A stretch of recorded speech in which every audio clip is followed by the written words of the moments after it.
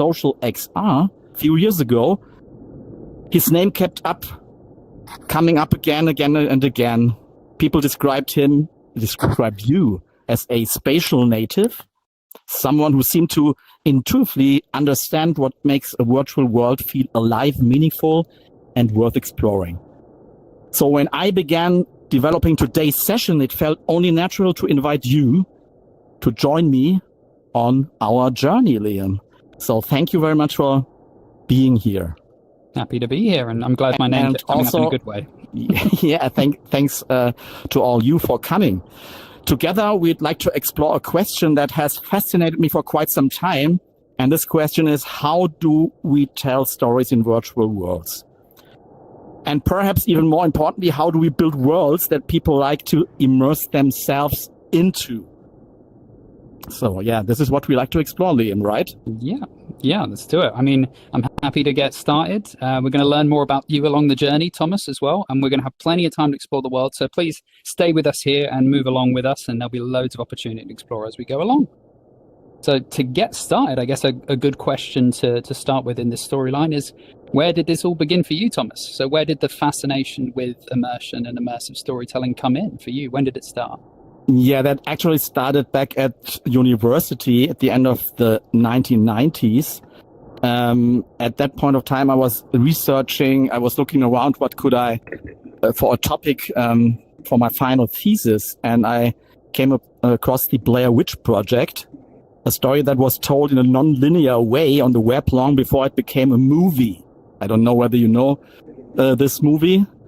But it established quite a craze and a hype online back in the days. And in my research, I asked myself what elements make a story like the Blair Witch Project viral, shareable, and immersive. Later, I founded my company, VM People, the agency for immersive branding, based on these findings. And throughout all those years, I kept asking the same fundamental question: why do certain experiences stay with us while others are forgotten almost immediately? So yeah, I mean, I actually didn't know about the Blair Witch Project being online before, so I don't know if anyone else. You're too young. You're definitely too young. I don't know how old we're. I'm a 90s baby, so I'm maybe a bit too young. But yeah, okay. So don't mention my age. No comment. No comment. We can move on to where are we right now? So what is this? This is the Castle of KYSS, correct? What exactly is the Castle of KYSS? Exactly. This is a place. This is a space we created for one of Germany's most traditional publishing houses, Rowohlt. They run a label called KYSS, and this is for romance lovers. So why did we create this? The project emerged from a simple observation. Many readers spend large parts of their lives on social media platforms, yet they often struggle to find spaces that feel welcoming, inspiring, and genuinely safe. When we did the research, we came across a very interesting insight. Most romance lovers consider social media as being toxic. So this was the point where we thought, well, where can we bring people together in a more safe space? And this was the hour when the idea was born to establish the Castle of KYSS, where people can gather. We developed the overall vision strategy for the Castle of KYSS and the concept and the experience design. But as you all know, ideas only become places when talented people bring them to life. And that's where KYSS and Christy, our fantastic world builders, and Andy Fidel came in.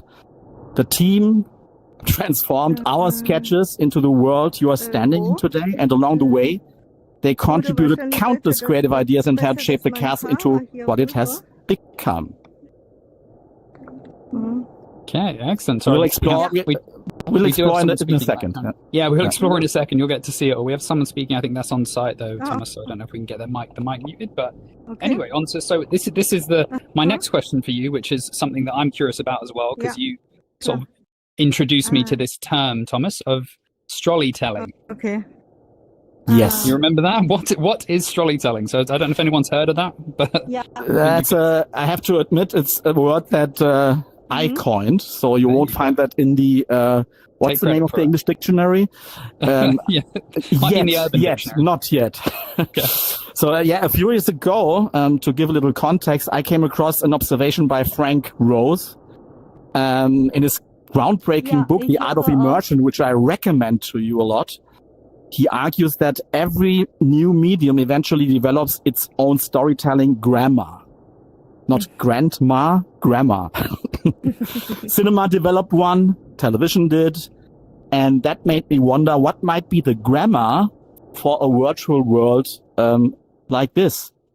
And the answer I arrived at is not a finished theory, of course. It's more of a working hypothesis that you get to know today, a lens through which we can look at immersive experiences. I call it Strollytelling, and maybe you soon too, I don't know. The term was inspired by Scrollytelling.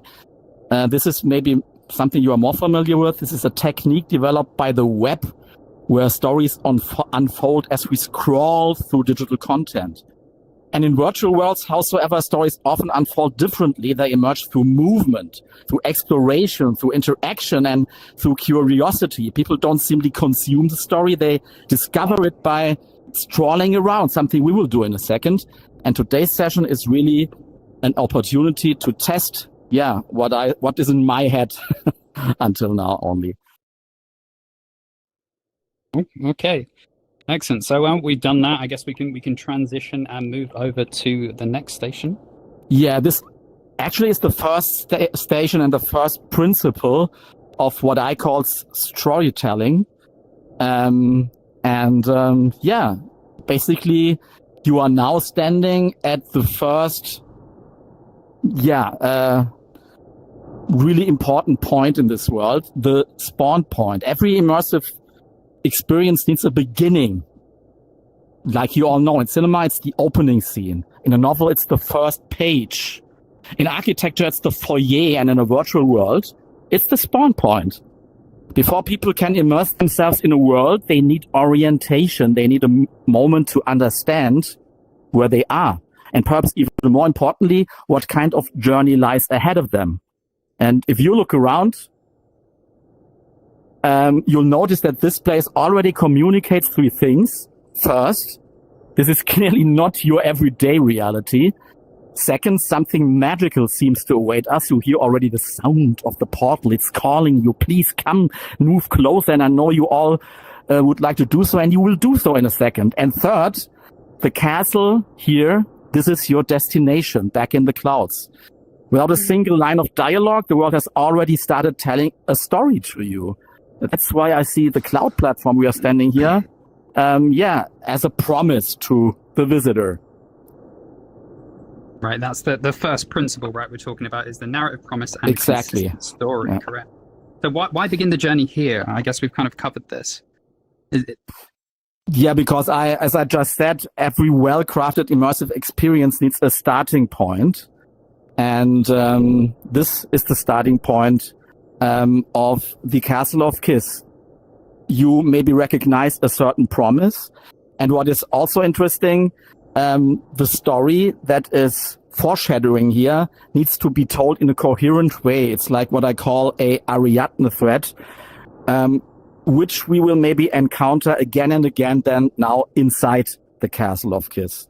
Mm-hmm. So, Liam, what do you think? Shall we move on to the portal?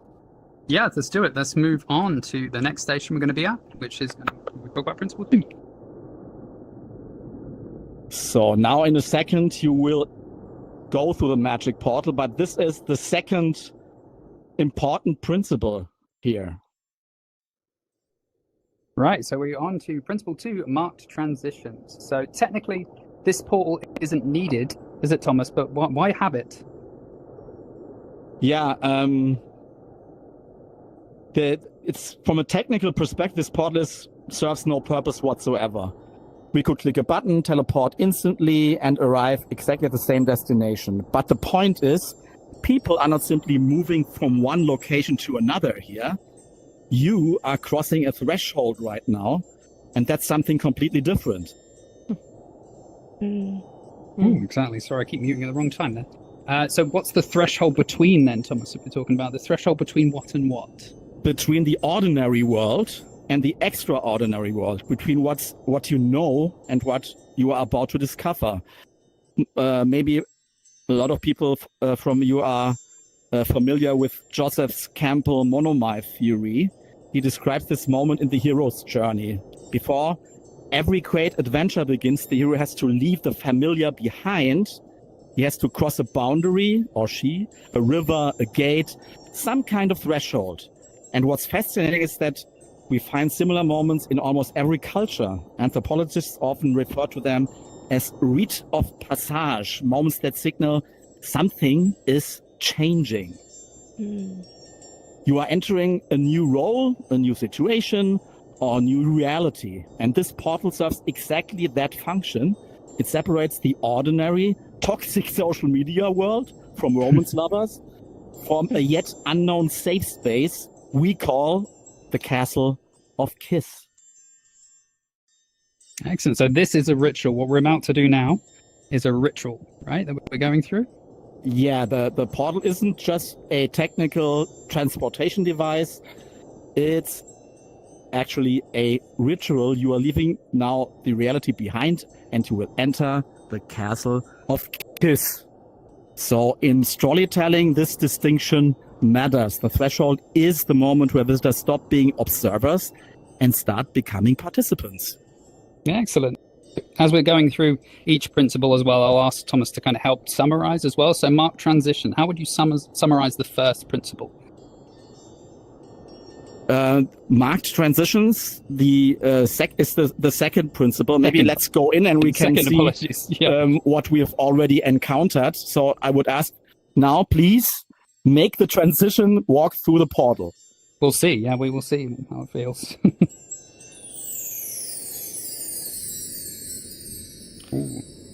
You see the principles here on the right. We have already heard about two, the narrative promise and consistent story, and the marked transitions. Yeah, it might get a bit crowded in there, everyone. So if you want to, once you've had a read, if you come out here, we'll just be over at this station over here. Once you've had a read of the principles we're going through. Ooh. I think my headset is overheating already. I don't know if anyone else is feeling this heat. I've got a fan on me, so apologies if you can hear it in the background. So now we arrived at station 3 of our guided tour, Liam, the author's corridor and the library. If everyone has a look around, you'll see a bunch of portraits, but these portraits aren't quite what they seem, are they, Thomas? There's something different about these portraits. Absolutely not. Rather than hanging silently on the walls, these portraits can actually speak to us. And I encourage you to try this out. I'd like every one of you to activate one of the portraits for yourselves. Just click once. Yep. And there'll be a delay moment before it comes on. Yeah. So you'll see a blue block appears you can click on, and then there'll be a little bit of a delay, and then you can hear it. And it will only be on your side that you hear it. So feel free to explore the portraits. There's one by me here as well. And yeah.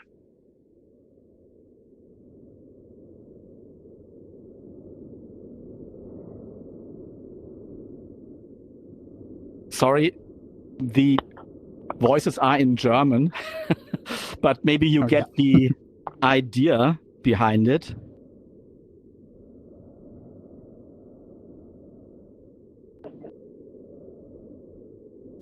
These portraits stop being just decoration. They become part of the world. The authors are no longer just information displayed on a wall. Instead, they become inhabitants of this place. And suddenly the castle feels populated. Right. I guess the next point is why is this such a sort of powerful moment to kind of have people coming into the space? And as you said, I think you said, Thomas, is doing more than just introducing the authors as well. Yeah, that's true. Let's move a little bit up. Oh, okay. Yeah, if everyone wants to follow this way.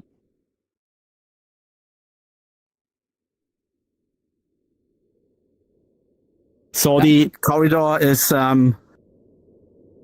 without saying it so explicitly, it suggests that this castle has a history. It has traditions, it has residents, It has a culture.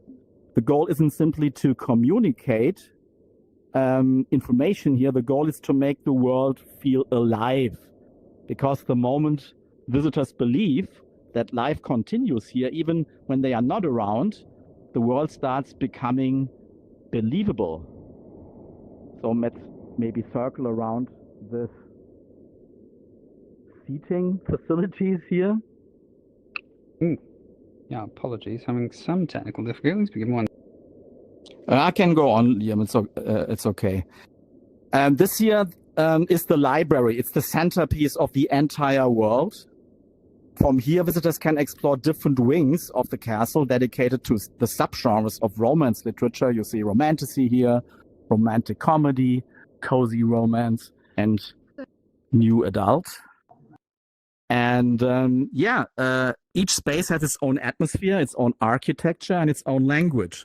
But what makes it meaningful in the context of this session are the countless little details you are about to discover by yourself in a second. For example, here, if you look up to the ceiling, you'll see the floating books. That's one of the rich details we have here.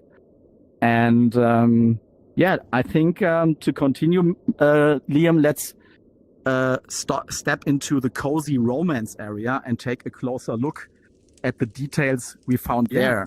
Let's do it. Sorry. Technical difficulties kind of resolved. Right, so if everyone wants to come join us over here. And I ask you maybe to move here to the fireplace and then maybe take a seat, and maybe you can also... Yeah, join us. Grab a coffee as well. It's a bit hot for coffee, but... Yeah, a little bit hot. Iced coffee, maybe, we'll assume. Excellent. Okay, so we're talking about these different details as well, Thomas, while we're here. I guess the big question always when you're introducing these levels of details is kind of why so much detail? Considering things like this might be overlooked, people, why is it important to include such little details as this? Yeah, I think this question goes right to the heart of the third Strollytelling principle. Rich worlds, their own rules and culture. The goal isn't information, as I just said already in the corridor. The goal is evidence that this world exists beyond the small part we are experiencing today in this tour. The most immersive worlds always feel larger than the story they are currently telling. They give us the impression that life continues even when we are not around and nobody is watching. So it's more than just decoration in this sense as well, then. Yeah, exactly. More details don't automatically create immersion. They only matter when they support the world's identity and its internal logic. There's an interesting concept, which I would also recommend if you are interested in researching immersion. It's called narrative transportation, a research that has been done in the 90s already. And it's one of the few studies on immersion, actually. And this theory suggests that people become immersed when they experience a world as vivid, coherent, and believable. Not because every detail is a story, is explained, but because every detail feels as though it belongs. And this leads into the next question. This is an issue I always have as well when working on projects, is deciding sort of when is enough when it comes to the detail. When you for me that's a good question, but my answer is very simple here. When visitors leave saying, "I've seen everything," then the world probably isn't rich enough. What I hope, what we strive, that what they would say is, instead, I wonder what else is hidden here, because curiosity is what brings people back, and rich worlds never reveal every single detail. They always leave something waiting to be discovered. It's the same experience with gaming. Like, what did I miss? Like, what's the replay value in this experience for me as well? Exactly. Right, and I don't know if you want to do a summary, or if we want to. I know it's time-wise, we're probably a bit. Maybe. I guess we elaborated on this enough at this point. Let's maybe move on to the next principle, Yeah. And we got a little experiment right now for the people, yes, right? Yeah, people who have been eager to sort of move around and get involved, they can do that right now. So we're on to the keys, the KYSS keys. Why are they so important? Yeah, I mean, that is the question, right? Why keys? And rather than answering it directly, I'd like to propose, as I said, a small experiment. For the next 3 minutes, I'd like every one of you to explore the castle. Look around. Some people already have. What you might find. You can go alone or team up with someone else and see what you discover. And let's meet again here in the main hall in 3 minutes. We'll call out. We'll meet in the center here. Yeah. So feel free to explore. I did mention there are keys. That's a bit of a spoiler. The KYSS keys. Yeah, but that's okay. Oh, there we go. Someone has a gem already, so that suggests that the key has been found and the chest has been opened. Hi. This heat is doing a number on my computer and headset. I don't want to have to get a new computer. It was not cheap. Do you have air conditioning where you are, Thomas? Not really. No. I got a fan, but it's essentially someone blowing hot air on my back. That's what it feels like. It's crazy hot. Yeah. How can I change the instructions on the controller? I think they are in German. I'm not sure. You're oh, on the front of the yes. Yeah. So basically, there are keys that so Muss ich color. I'll aussetzen? give you another clue. If you look at the Yeah. color, it's important. So Yeah. the blue, It's so blue.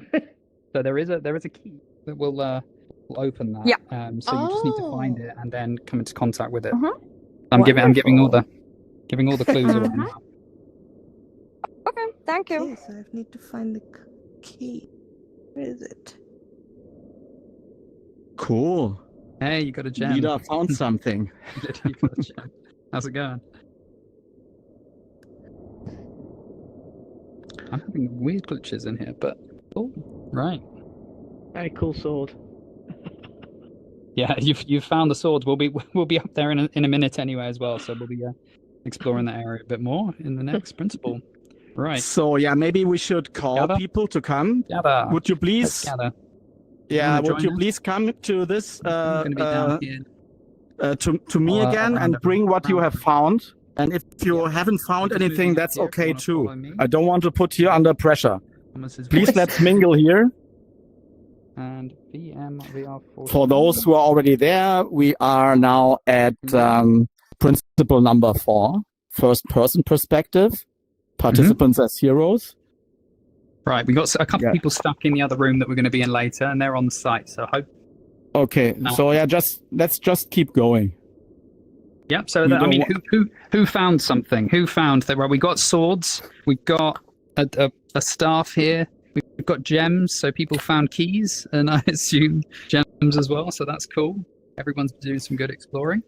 So the Very story good. This is a question. Doesn't sound like a question, but the story isn't delivered then, Thomas, is it? It's discovered. This is what we're talking about here. Exactly, and the most important thing is that an immersive world puts the visitors in the role of the hero. So it's the first person perspective. And consider this with the traditional role of the audience in immersive worlds. Like this, the audience does no longer exists in the traditional sense. Lance Whaler, who was a keynote speaker at the second Immersive X, always referred to this stakeholders as the people formerly known as audience.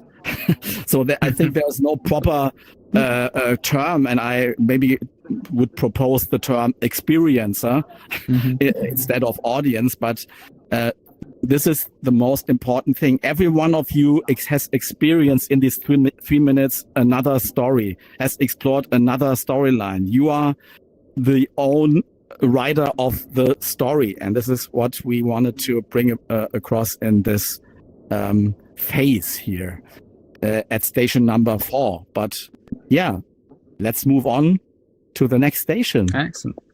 Yeah, so we're moving on to the DIY elements, and some people have already found some of these elements. So if we move on, if everyone wants to follow this way, Just where you get your swords, move to the right. just up here. Mm-hmm. All right, okay. This I can get my room sword.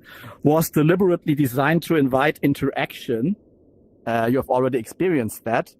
And if you look around, you'll find these artifacts. Some of you have already taken a sword. There are documents and other objects waiting. And what's interesting is that none of this is actually required. You do not earn points. There's no quest here, no achievement. And yet, from what we observed during the events here in the Castle of KYSS, people almost can't resist interacting. Oh, am I accidentally almost cutting someone here with my sword? Apologies. Yeah, so I mean, we kind of covered this again. I'm going through Thomas. There's a little bit of ad lib as well, but so this kind of what does that tell us, right?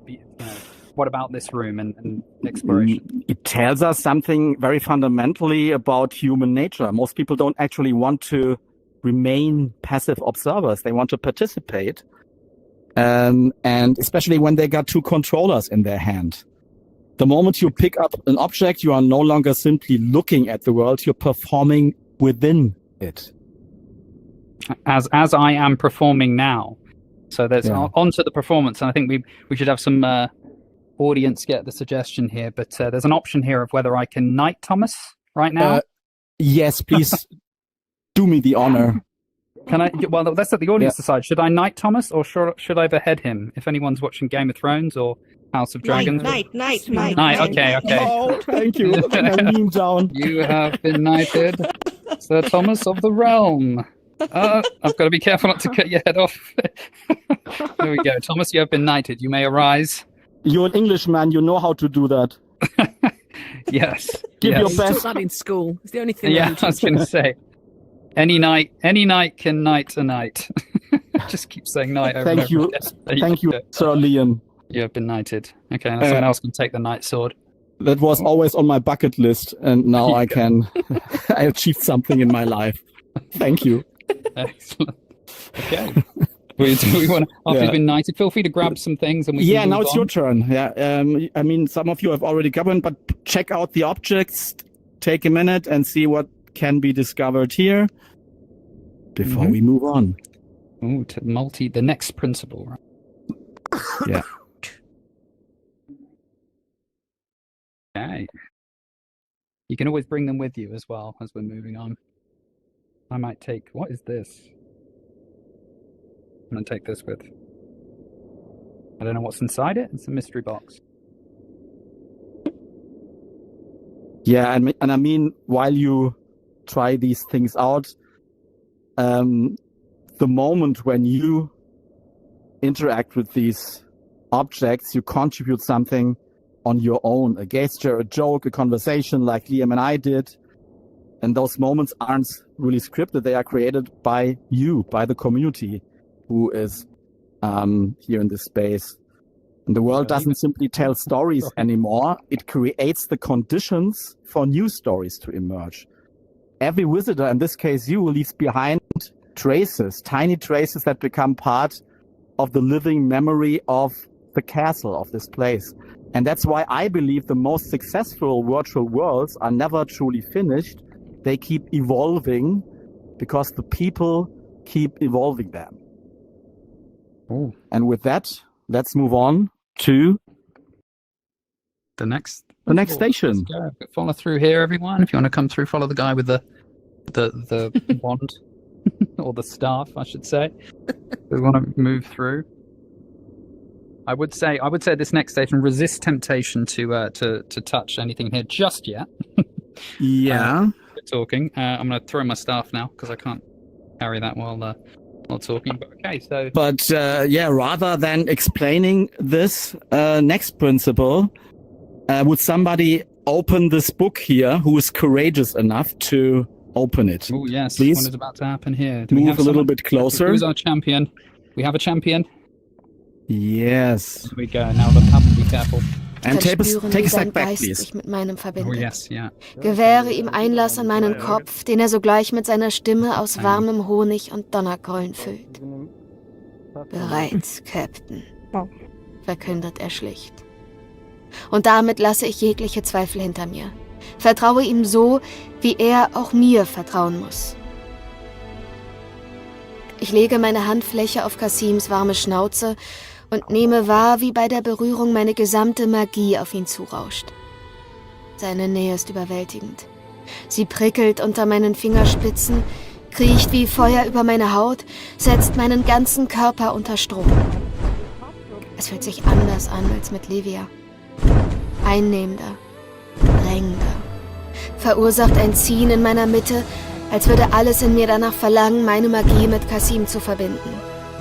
Das ist ein Sog, der sich seltsam vertraut anfühlt. Als hätte ich ihn unterschwellig bereits die ganze Zeit gespürt. Als hätte sich ein Teil von mir geradezu danach verzehrt, diese Bindung einzugehen. Weil sie sich so richtig anfühlt. So notwendig. Und ebenso gefährlich wie verlockend.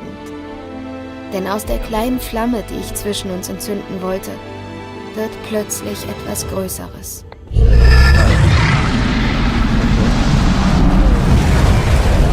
Just got a bit hotter. As if it wasn't hot enough. Why couldn't we have an ice dragon, Thomas? Well, yes, maybe that's a very good idea. Needs to be changed. We'd have to have a summer setting here. Seasonal updates, yeah. Yeah, but what we wanted to demonstrate here is spatial media allows us to externalize part of our imagination. Something that normally exists only inside our heads can suddenly become a shared experience. Right, so instead of, it's different from, as I said, just seeing the dragon, we're actually sort of encountering it, sort of able to actually activate it as well. Right, and I think that one of you was able to activate it. That's a very important detail. Here's our champion. The experience begins with a decision. The visitor decides when the encounter starts, and agency and sensory experience work very closely together. People aren't simply receiving the story, they are helping to trigger it. And that makes the experience feel much more personal. And if I may put this in the context of Strollytelling, the concept we are talking about here, for me this is where Strollytelling reaches another level until the point we've explored stories intellectually. Now we are experiencing them physically. We are no longer just imagining the world. We are seeing it, hearing it. We are feeling it, its scale, and experience it from within, if you might say so. And those are often the moments people remember long after they have forgotten the dialogue, my monologue. These moments are here to stay. Excellent. Great. And I guess now, so this is also, if anyone wants to recap on the principles we're covering, there you'll see them on the wall here as well behind you. And so we have just covered 6 and we're moving on to the fractal structures now, correct, Thomas? Exactly. Let's move to the secret chamber. The secret chamber, and right. We need something for this. We do need something for the secret chamber. I don't know if anyone's already found it, but I'm going to have a look and I'll meet you there. If everyone wants to follow Thomas. Yeah, please follow me and take you to the secret chamber.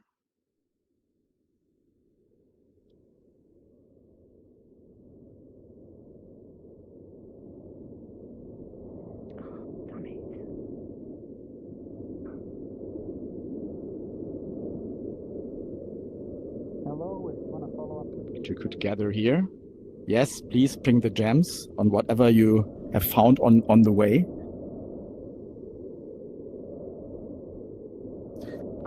We have to wait for Liam because I'm on my way. There he is. Okay. Very, very good. Right. So, what's the story behind the secret chamber? The chamber represents the 7th principle.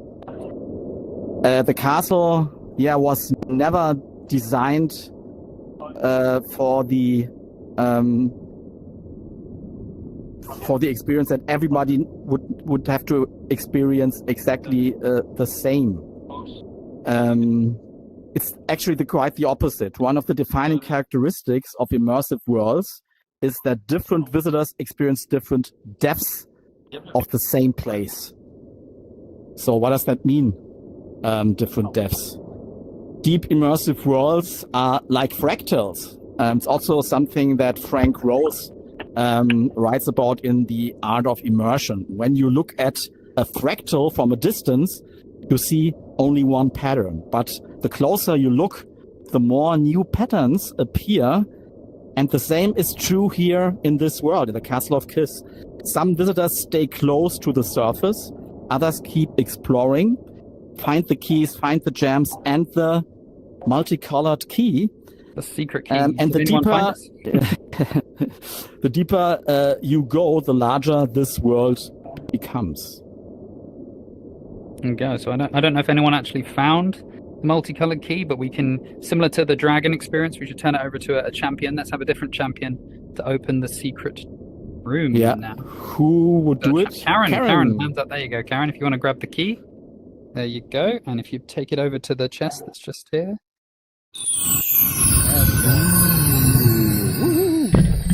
Please Excellent. follow Karen. Awesome. There you go. Thank you. I think Champion. what you've just experienced is very special because there's one big misconception in experience design. Optional death, what we're talking about here, isn't a flaw. For me, it's a feature. Not every visitor wants the same kind of experience. Some people are happy with a quick visit because they maybe only have 20 minutes. And others, fans, want to go much deeper. They want to delve themselves into a world. They want to look behind every door, search every corner, and uncover every secret. And a well-designed world should support both. A world designed through storytelling is like an iceberg, as I would say. Only a small part is immediately visible. Everything else has to be discovered. That gives your most curious visitors a reason to keep exploring and hopefully a reason to come back one day. Yeah, it ties back into what we were talking about previously as well with the kind of multi-playthrough options, right? So people feel like I can come back because I've missed something last time, which the last time I was in here is exactly what happened because I didn't get all of the keys. So there we go. There is, of course, one feature talking about keys that you can reveal in this chamber. When you look right at the table, you see a model of the world. And what would you say? What can you see? What can you recognize the shape of the world? What is it? The world we're in right now. Yeah, but it's a special structure or it's also a shape. Yes, yeah. Exactly. Again, I didn't notice that last time either, Thomas. So I've been in here a few times, and that's the first time I've noticed that. Basically, we are moving through a big key, and yeah, that's the story behind the keys. And keys always resemble mysteries. So a little bit about the concept.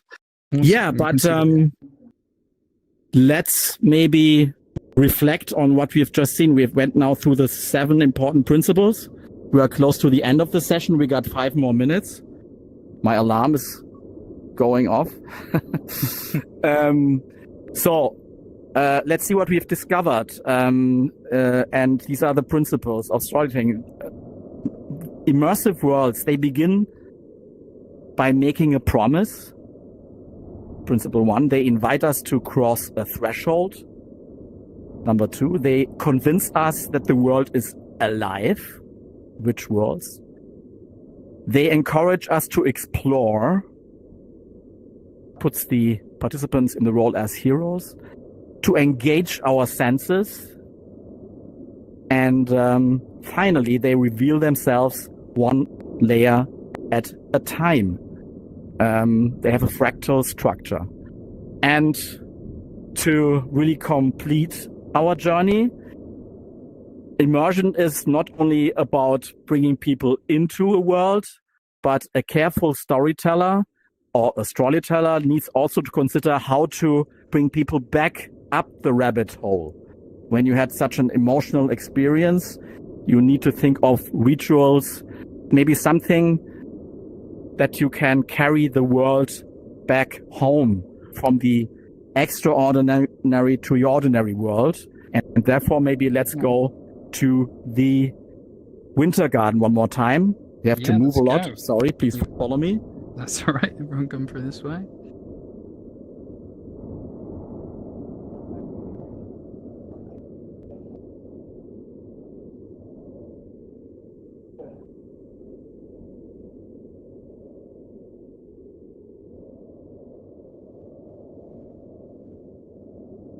So, and this one is a little bit tricky, but our idea was that we create a photo spot that people can have something when they stumble upon it. Few months later, they can bring them back in their experience of the castle of KYSS. So if you think of, and this is the last station of objects, artifacts that maybe can stay with the experiencers. And I'm denying the term audience here. That is useful. And to make you remember this session, we would ask you to move closer to me. Yeah. And if then you we want to can get take props, a group if photo. you want to grab props, you might have a little that bit of time to grab a sword or something. Yeah. And if it's up to you, no, I'll get lined up for a picture as well. I assume we've got enough time for props. We got 2 more minutes, so Excellent. yeah, please hurry up. Let me get my camera out here. I can print this as well, can't I?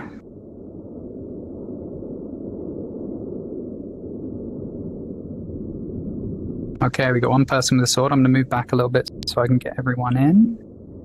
Sorry, I'm right in front of the camera there, Marcus. Apologies. A slight angle one maybe there. Okay, is everyone got a prop and they're ready? Are we missing anyone? Doesn't seem to be the case. Some people All right, are still okay, exploring. let's do a shot. All right, everyone. Say cheese or do something. Cheese. Swing your weapons around. There you go. There you go. All right, I'll take a couple. There we go. Cool. All right. So thank you very much. Unfortunately, there's not so much time for Q&A because we need to head to the next session.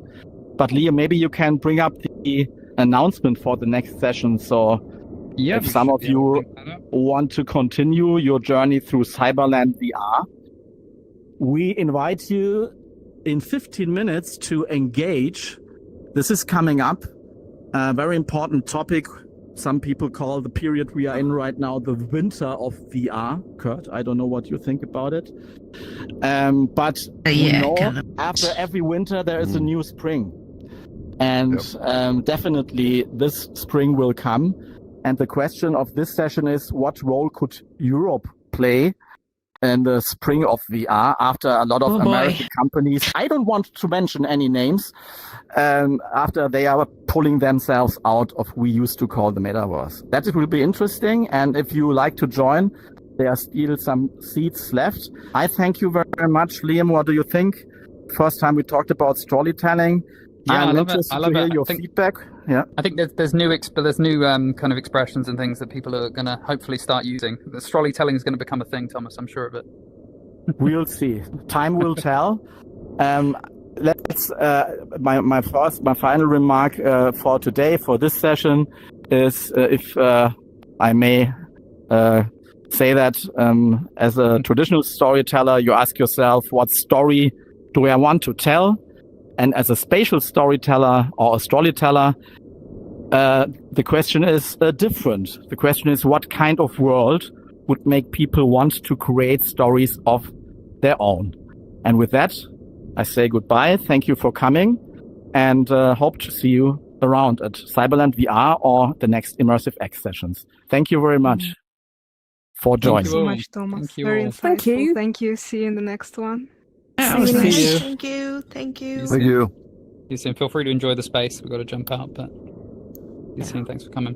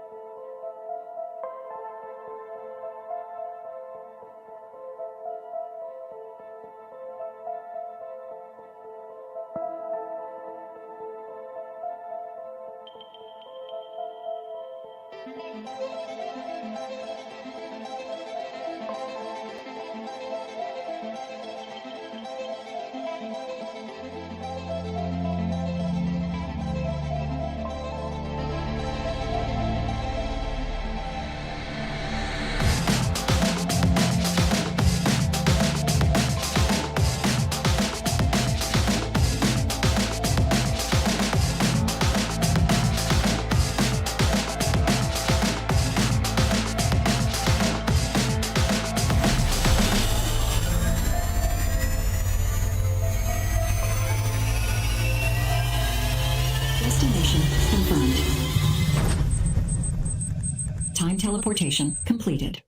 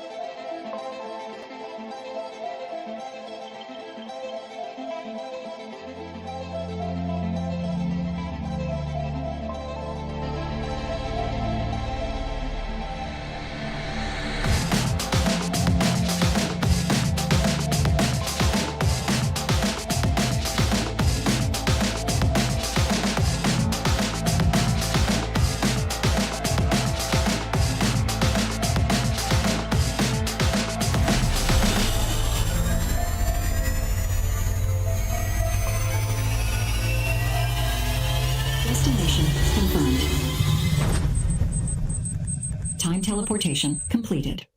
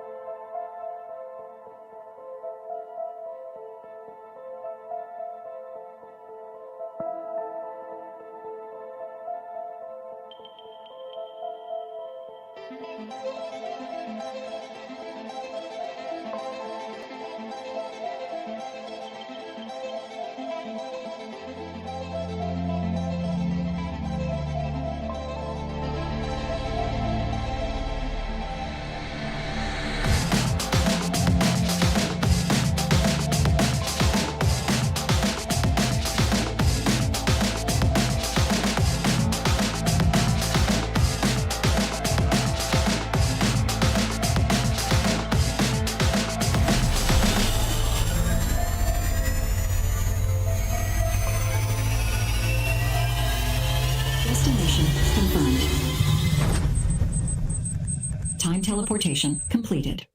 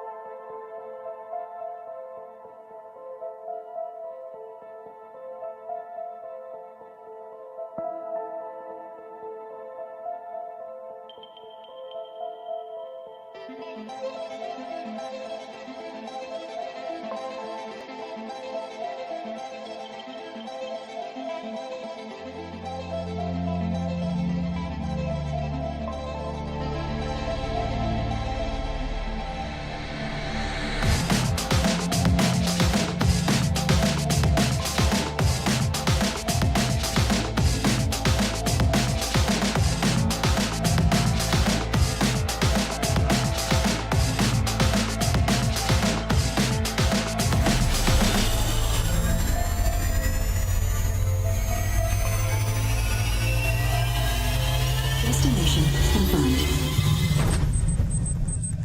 Time teleportation completed.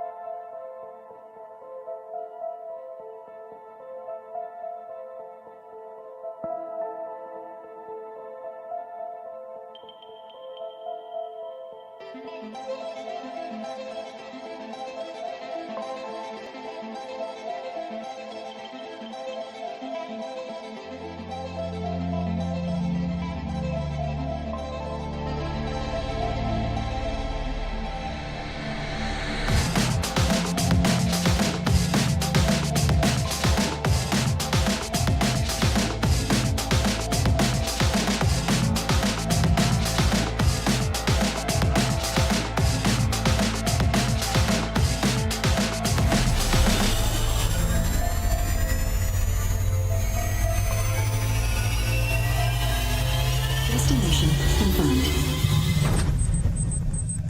Time teleportation completed.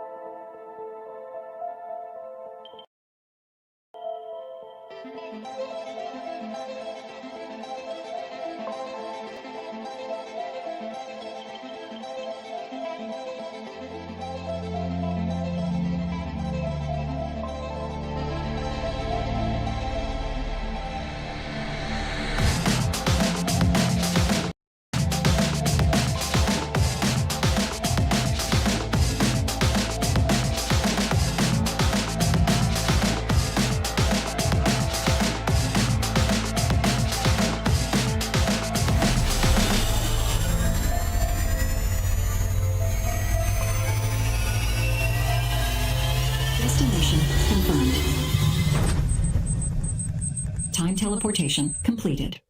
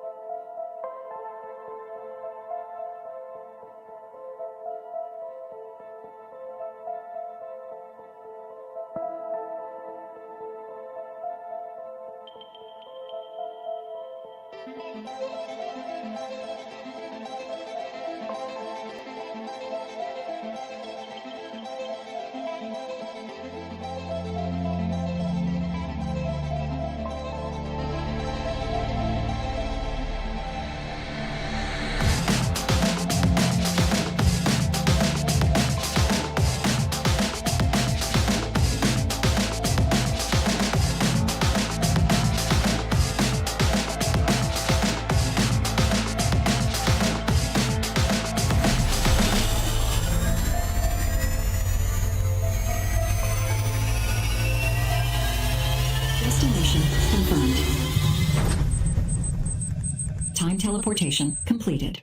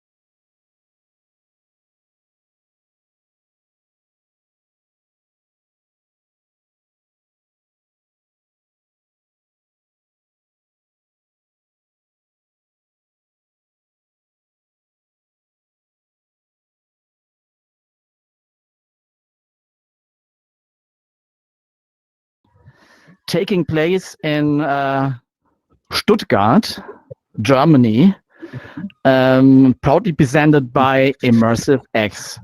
Welcome to you, the audience, and welcome also to our panelists. We are here at the beautiful, beautiful Karl's virtual retreat on this hot summer day, and on the right is Professor Dr. Björn Bohnenkamp, the Vice President of the Karlshochschule, who is owner actually of the place. Björn, and I ask you, are we allowed today on this hot summer day to go into the sea? I brought my bathing suit after the session, of course. Is that okay for you? Of course, yeah, of course. It would be great if you could stay here for the next 60 minutes to listen, but afterwards, okay, you can of course go to the sea. I have to do a slight correction at this point. We will only have 45 minutes, but I hope this is okay for you, because we did a 15-minute break and then we start the next session. So Björn, I officially hand it over to you, and I'm looking forward to this great conversation. Liam, maybe we can move on to the next slide, and we'll talk about the European vision for XR. So, stage is yours. Yeah, thank you very much for introducing this session. So this session is the European Vision for XR, Trust, Democracy and Inclusion in Virtual Worlds. And all our panelists have different contributions for this topic. This location you see here, that's the virtual retreat of Karlshochschule International University. So that's part of our project, Future Democracies. And the idea is that we not only teach our modules in this virtual retreat, but that we use it also for all kinds of interactive collaborative project with schools, with other stakeholders from society, to talk about society, democracy, and other related issues. So if you're interested in the land or outside to collaborate and to use this very special place for any kind of collaboration, please just don't hesitate to contact us. That's kind of a short advertising for our university. But now I would like to introduce our panelists a little bit, and I would like to ask Dorota Sadek first to introduce herself a little bit, and to say who you are and what kind of VR-related project you're currently organizing. And maybe we can also show her slide. This one, Absolutely. exactly. Thank you, Professor. Hello, everyone. My name is Dorota Sedek. I'm CEO and founder of Olteland. We actually provide 3 types of services currently. The first one is virtual reality collaboration tool that is focusing on trainings and workshops provided for enterprises worldwide. The second leg that we are currently launching is our AI trainer, which is basically AI avatar that can be used on-site, stationary, when workshops are happening from the companies. And you can easily train some sorts of soft skills, role-playing, scenes, every type of skill where repetition is needed. This is something super new, so if you would like to become our early adopter or a tester, reach out to me. I'm more than happy to give you a trial. And the third thing, I think the most industrial part of our company and all our services are digital twins, from big machines that you're not able to take with you on a conference to very complicated replications of physical GPU data centers, including physical sensors, aggregated with data and visualized in Unreal Engine. So I'm happy to connect with you guys. If you're using LinkedIn or any other social platform, please just type my name and you should find me very easy. Super happy to be here. Thanks. Thank you very much, Dorota. So, Luke, maybe you can say a few words about yourself. And the interesting thing is that you're involved in 2 activities. Your main job is working at the University of Galway, but you're also involved in the MIT Reality Hack, because you can say a few words about both things here. Sure. So my name is Powell, and I will start with the latter. So I'm a sponsorship lead at MIT Reality Hack.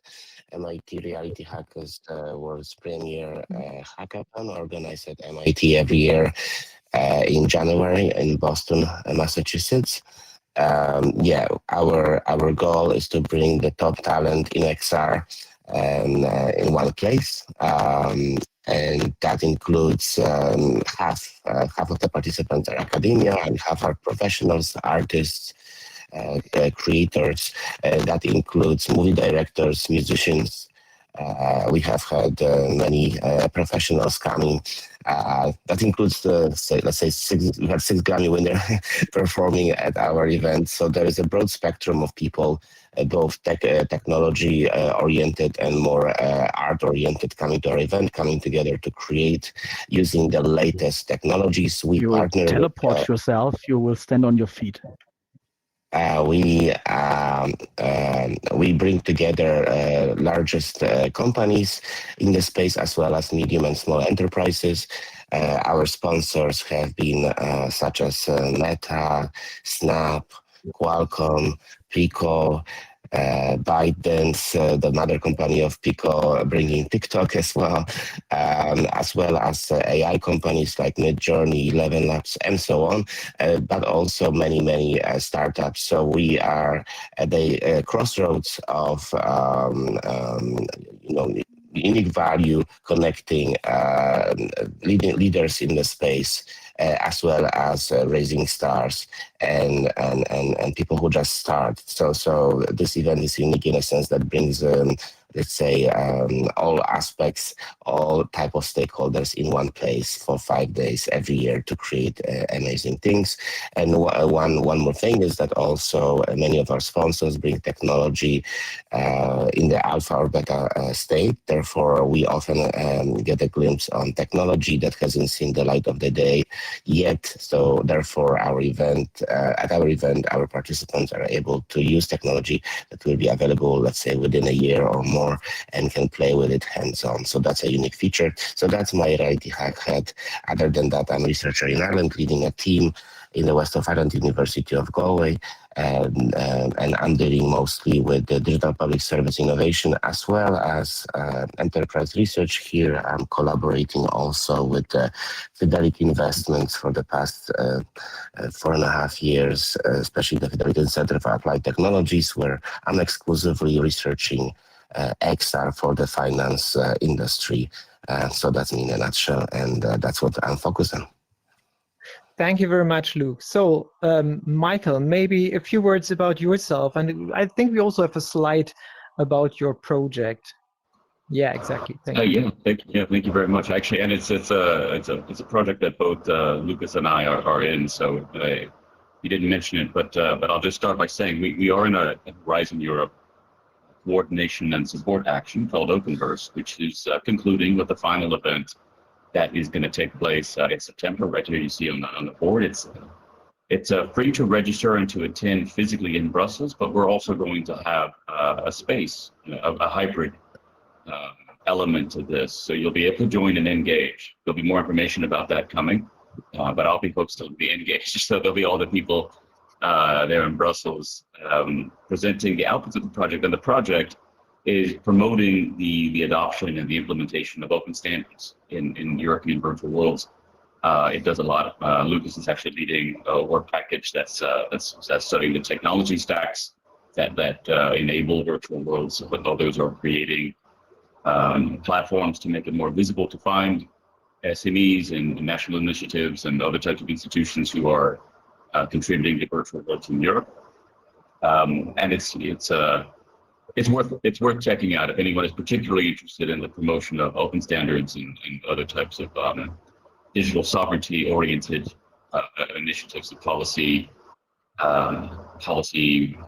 recommendations. So those are some of the main things that come out of this project.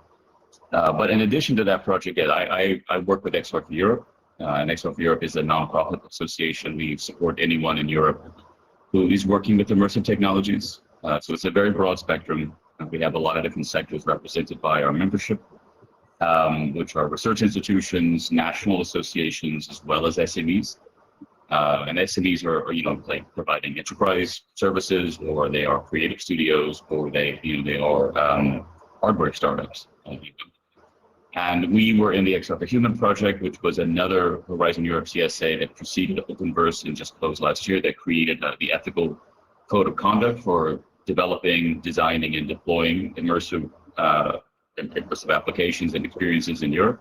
So that's actually available on the xrforhuman.eu website. So again, if anyone is not familiar with the code of conduct, it's something we're going to be promoting a lot more in the second half of this year, and hoping to get companies to adopt it, in their own way. Like it's not a regulation, it's not a requirement, but it's kind of a series of self-reflective, living documents to help people just think about the decisions that they make when they're putting people into immersive spaces. And maybe I'll stop there, because we have other projects that are starting this year, other Horizon projects and cost actions and other things. But generally speaking, we try to be everywhere that people are applying and developing immersive technologies in Europe. Yeah, thank you very much. You already mentioned that you are quite close to the European idea, both that you are organizing this networking process, but that you also are active in several projects funded by the European Union. When you now think about the European perspective, a little bit broader. So from two different perspectives, from the local perspective and also maybe from a value-based perspective, would you see that there is a European perspective on XR or VR projects? I mean, I think I'm gonna answer it in two ways. There's a lot of different perspectives. So there's not a uniform. If you were to ask that question broadly to even our members or to others who are active in pan-European or in more local commercial activities, you're going to get a lot of different answers. So there isn't a shared answer to the question, but I think you normally can recognize this is a European product, like in immersive virtual worlds. You normally can. Something about it, something about the business model, something about the accessibility features, something about the scale in a sense, but I don't mean just that they're smaller, but a lot of the European applications, particularly the multi-user ones, are much more community-oriented, and you feel that difference. So I would say that I personally feel like there is a distinct value-driven, characteristic XR and virtual worlds that are made in Europe, and you can recognize it. But I don't think that, generally speaking, there's an answer to your question that would be consistent across all these stakeholders. It's almost something that's it's innate and not necessarily conscious. It's a little bit unconscious. I think the unifying characteristic. Yeah, but maybe that's a part of this European culture on approaching these issues, no? So that it's more decentralized, that it's more bottom up in a way. Yeah. Mm-hmm. Luke, do you want to can you contribute to this discussion? Is there a European way of developing XR culture? Sure. I think Europe has always been slightly more focused on, maybe not always, but currently has been more focused on content. And I think that's visible. And also there's way more emphasis put on ethics and general consideration about the human aspects, if I could say. While in the American approach or Asian approach, there is way more focused on hardware and services, and a bit less emphasis exactly on the aspects of ethics and humanities.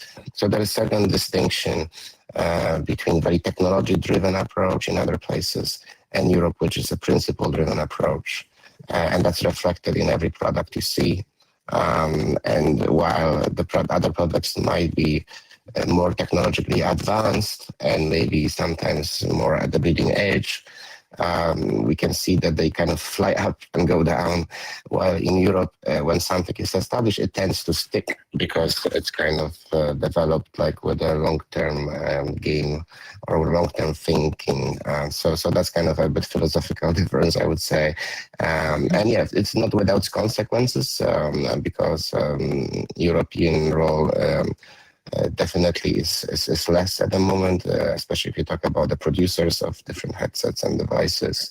However, yeah, I think there is way more focused on content and related services. That would be the difference in approach. Yeah. Okay, yeah, thank you, Dorota.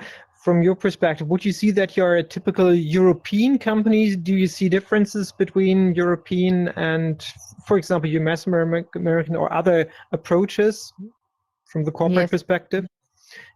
Yes, I do, and it's not only the corporate perspective. I actually agree with both of you, Michael and Luke, and I would address some what you said in the source of it. So what I see as a founder, and as a founder that was fundraising to work and to develop on Olteland, I see the completely different approach into fundraising process itself, comparing Europe to US. And I think that is why European products are more focused on utilities, are more focused on features, on community, and so on, because this is what is required. That long-term strategy is absolutely required from the potential investors to be put in place already, even when you start to dig, even when you start to develop. What I found when I was traveling quite often to the Bay Area, San Francisco, and so on,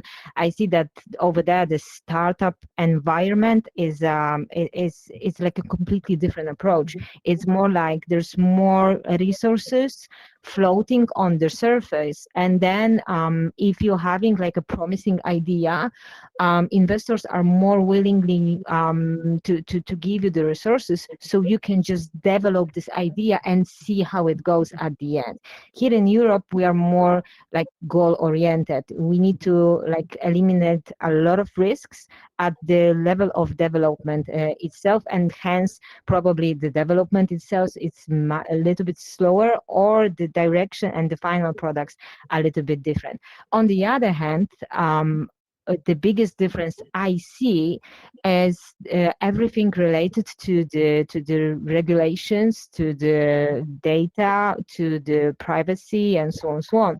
For example, I don't know if you are aware that our European regulations are like the top notch globally, and the GDPR or AI Act, this is not something that it's already established fully on the federal level in US. So for us as a European company, it was a process to establish like a transparent, like fully safe for our clients and for our users set of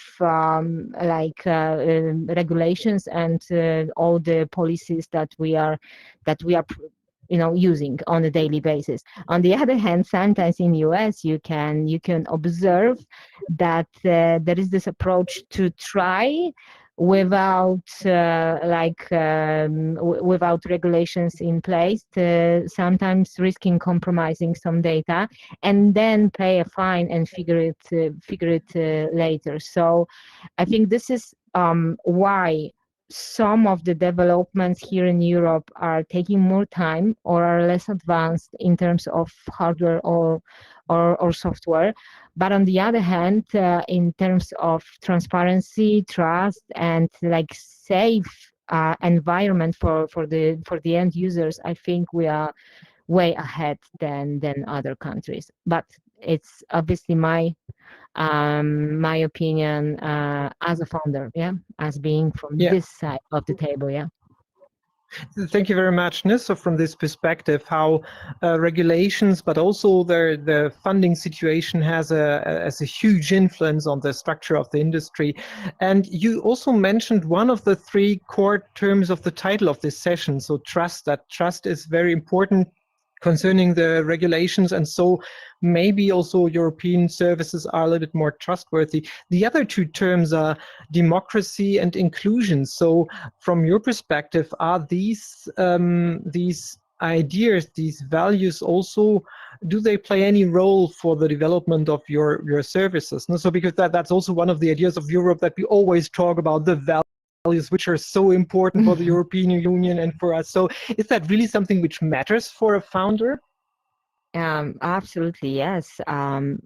Becoming a founder, you have a mission in your head, not only to, become another billionaire somewhere in the future, what we see on the movies, but it's all about making a change, this feeling and this assurance that your product is actually changing something in other people's lives in terms of remote collaboration and training, that you're actually doing something good.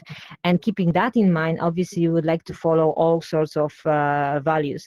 In terms of democracy and all that, governance and all that kind of topics around it, this is not exactly something that we deal daily in Autoland, because in our platform there are organizations that are basically renting their offices or set of the offices, and decisions regarding the roles and the rules and how it's going to work in the organizations are based not on our level, but more on the organization level or department level or management level in general.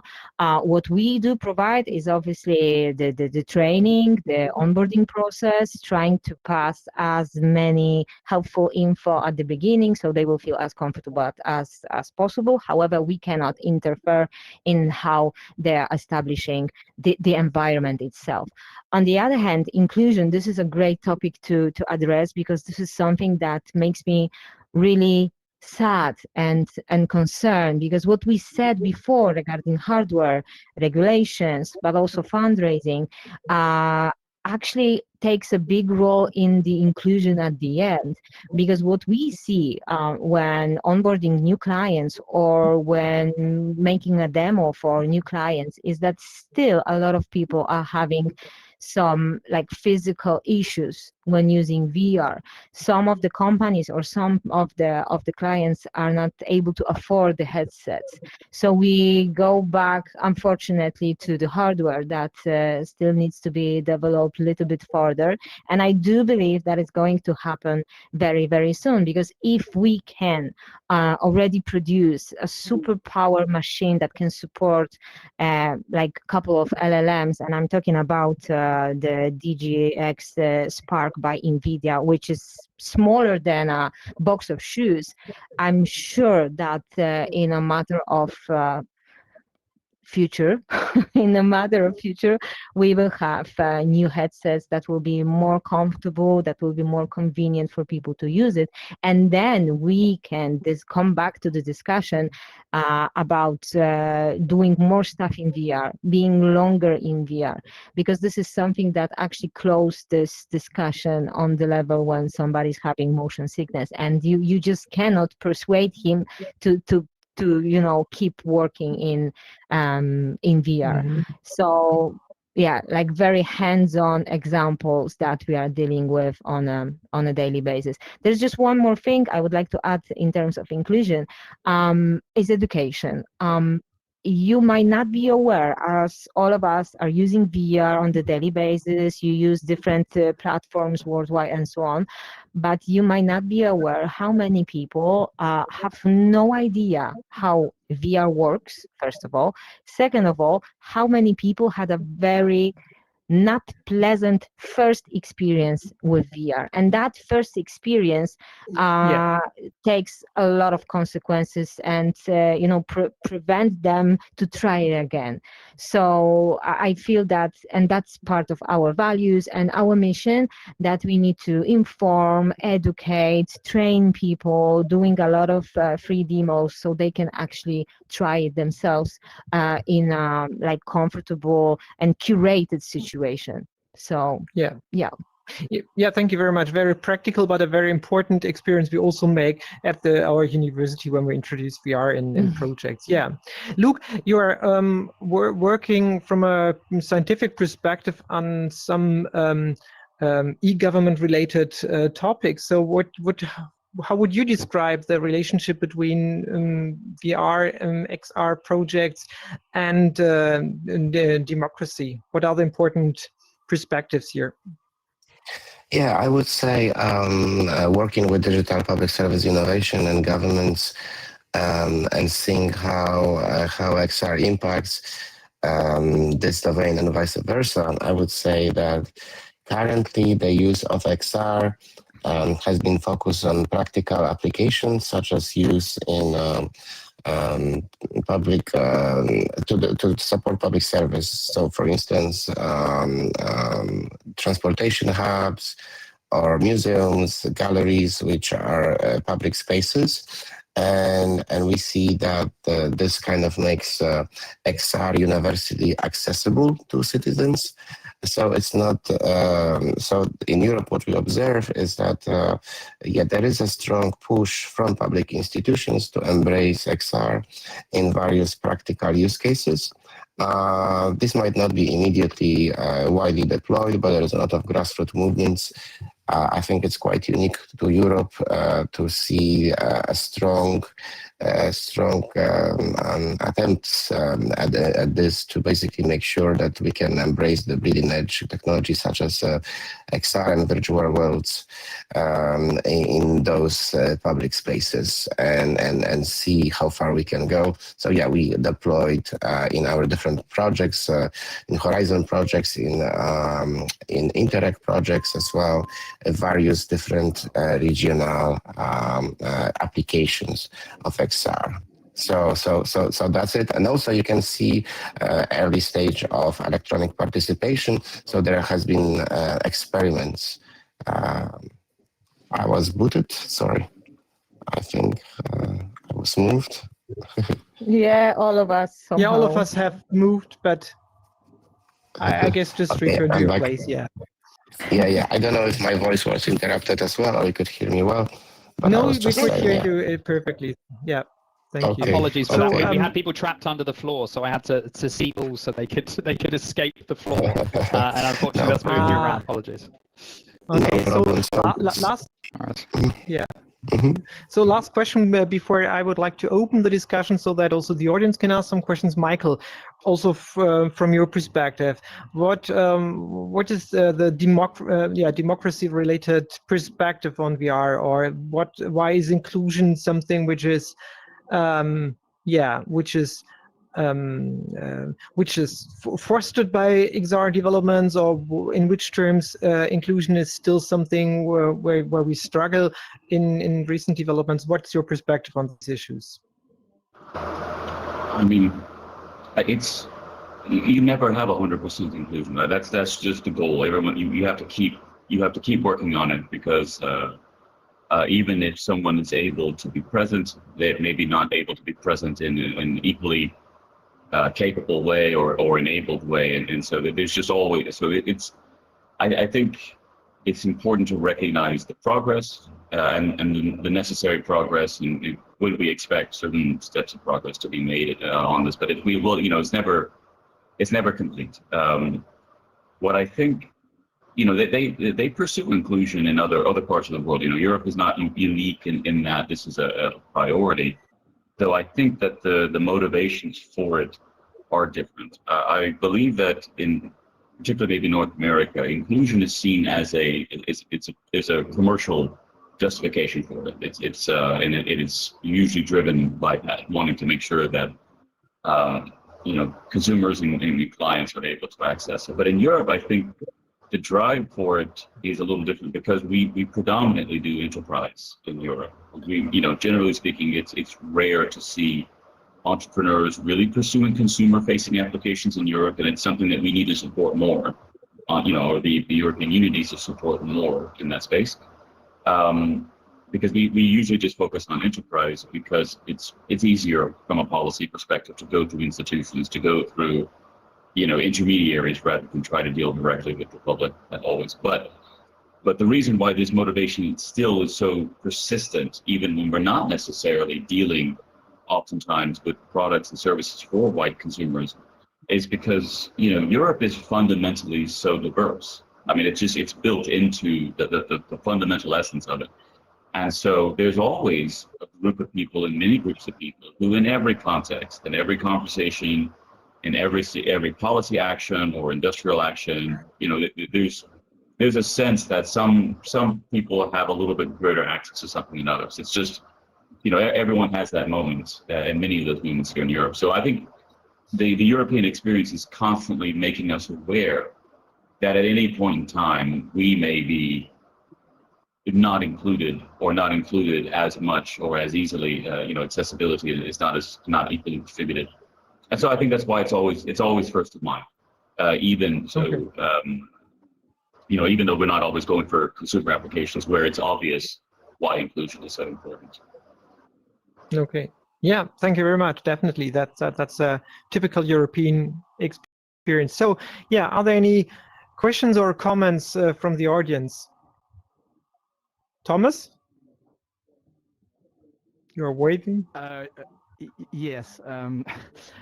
I want to. I'll just give you the megaphone, Thomas. 1 second. Here we go. There you go. Oh, now okay. You're on. Yes, I want to talk about the elephant here in the room. And I've been talking a lot to people in the last couple of months about the situation that the XR and especially VR industry is in. And it has often been referred in my conversations to the VR winter. So a very dark period, and we all know some of the reasons. Some of the big American companies are turning away from their ambitions. And the question I would have for the panelists is there maybe a chance for Europe now? Is there a chance to somehow create a new period, a spring maybe of XR and VR, where more European values can come into play? This would be my question. Is this an opportunity? I'm happy to start, if you don't mind, gentlemen. Yeah, Dorota, okay. Please go ahead. So thanks, Thomas, for addressing the elephant, because obviously it's in the room and everybody oriented in the VR industry, we can feel its presence. Yeah. It's not convenient to deal with the elephant. However, I do have hope that very, very soon spring will become. And when you look at the curve of the technologies that we are developing something, there is a peak, then there is like adoption, then there is that moment when we discovered like everything what we could, and we developed everything that we possibly could, having the current technology. That moment is here when, you know, something more exciting is on the market, like AI, for example. Yeah, I think that AI stole the stage completely, not only in terms of investment, but also in terms of like the focus of other companies. So in my point of view and my theory is that we are right now on the bottom of this curve, and we just need something good in terms of hardware just to go up to the top, because we have plenty of great providers here in Europe, not only in terms of VR collaboration tools, but also everything connected with like guided trainings, like trainings in the factories, like digital twins and so on. We have like amazing community and human resources capable of doing amazing things. But what we need is that little bit of hardware that it's gonna be better, more convenient and comfortable for people, so the adoption can spread wider, so the entry point will be a little bit lower, so people will be eager more to try it again, even if the first impression was not great. And also, if that thing will happen, we will have like a breakthrough, and that the topic will, you know, go back on the first pages.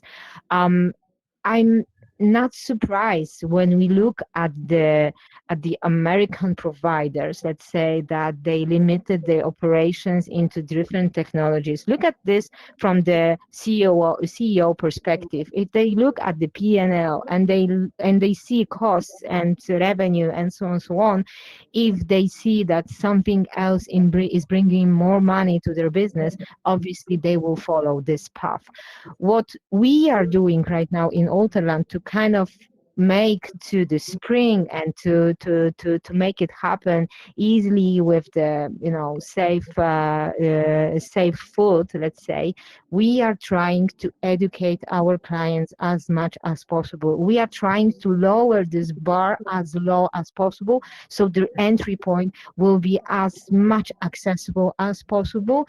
And I feel that this strategy is working. So lowering down the complexity of the product, but also giving a lot of insights from our sides, a lot of trainings, sharing the experience, like holding our clients by hand, it's really making a difference. So if you ask Thomas what we can do right now, I feel that we can stay on a good hope, we can stay focused, and we can just simply deliver what we can best.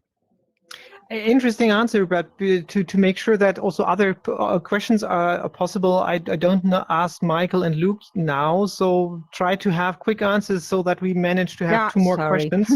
Yeah, no problem. It was very inspiring. So yeah, is there any other question? I'd really love to respond to that. I mean, I think, yeah, because I completely disagree. That's the thing. It's not like that elephant isn't in the room for me. I don't care because that topic really does. I only know that topic on LinkedIn, on people who are very American market oriented. Mm-hmm. In Europe, in my ecosystem, we don't talk about that because it's not relevant. It's not part of our experience. There is continual enterprise adoption. There is continual public funding for it. You know, and that's not to say that's enough. I totally agree that you know, Europe is weak in supporting the consumer space, and this topic is most effective in the consumer applications or applications that have some consumer adoption requirement. But maybe just to get shorter, like let's look at Rec Room. Rec Room, if COVID didn't happen, Rec Room would still be here. Rec Room isn't here because they had to they made decisions based off of market conditions that were not sustainable, and investors wanted that. If that era hadn't happened, I'm confident Rec Room would still be here because they were growing organically, they were being successful. But you know, when Microsoft or Facebook in that era hire a lot, grow a lot, and then 2 or 3 years later cut 100,000 employees, they can survive that because they have monopolistic, capabilities and resources. Red Room can't survive that. Other companies can't survive having overshot and over invested so much. That's not to say that there's a fundamental weakness in the ecosystem. That's to say that was a weird time. It gave a lot of benefits, but now we're seeing the consequences where we're losing a lot of companies that had to adapt and could not adapt again to the consequences of that era, when that era ended.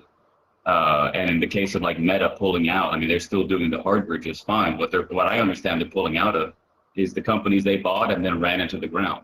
Because like Microsoft, they can't run creative studios, and they didn't want to. They just wanted the IP when they thought it was valuable. So I mean, if there's a winter, it's a winter we want, I think, right? We didn't want Meta to make the metaverse. We wanted Meta to invest in the foundations of the metaverse. But we did not want them to build it because we do not want their business model. We do not want their ethics. I mean, I wanted them to put all their heart and soul into the metaverse, collapse into ruin, and at the end of the result, the corpse of their corporate shell is this fertile ground of a new era of immersive and virtual worlds for us. So I'm actually very optimistic, and I'm not at all worrying about this general narrative coming out of the US. Maybe, Dorota, coming back to what you said before, that the US American funding scene is more focused on the one big idea, and then you get lots of money because you have the one product, the one service, which is discussed heavily. That's also that in Europe it's a little bit different, that it's more about more complex, more long-term strategy, more so that might be an advantage now for VR in Europe, because it's not so necessary that it's the most important idea. It can coexist with AI developments in Europe, whereas it might be a little bit more difficult in the United States. Just as to follow your optimistic perspective, Michael. Yeah, any other, I think one comment, one question we can still have before we have to start. Yeah, there is one, the man with the brown shirt. Beige. Yeah. It's Africa VR. Beige. One second, I'll give you the megaphone a second. Give me a second, so everyone can hear you. One moment, I've got to find you on the list. There we go. Right, there you go. Gotcha. All right. So I really love what Bjorn, I don't know why you've gotten me, Swayaki down here, and I love what Michael has said, because the idea, now here in Africa, I have to say that what Michael said makes sense, is because Meta approached the wrong people to market the XR industry in Africa. To them, they think people who have a lot of followers on social media is what counted, and they totally forgot that the people who are working in the grassroots to try and extend the potential of VR are the one who counts.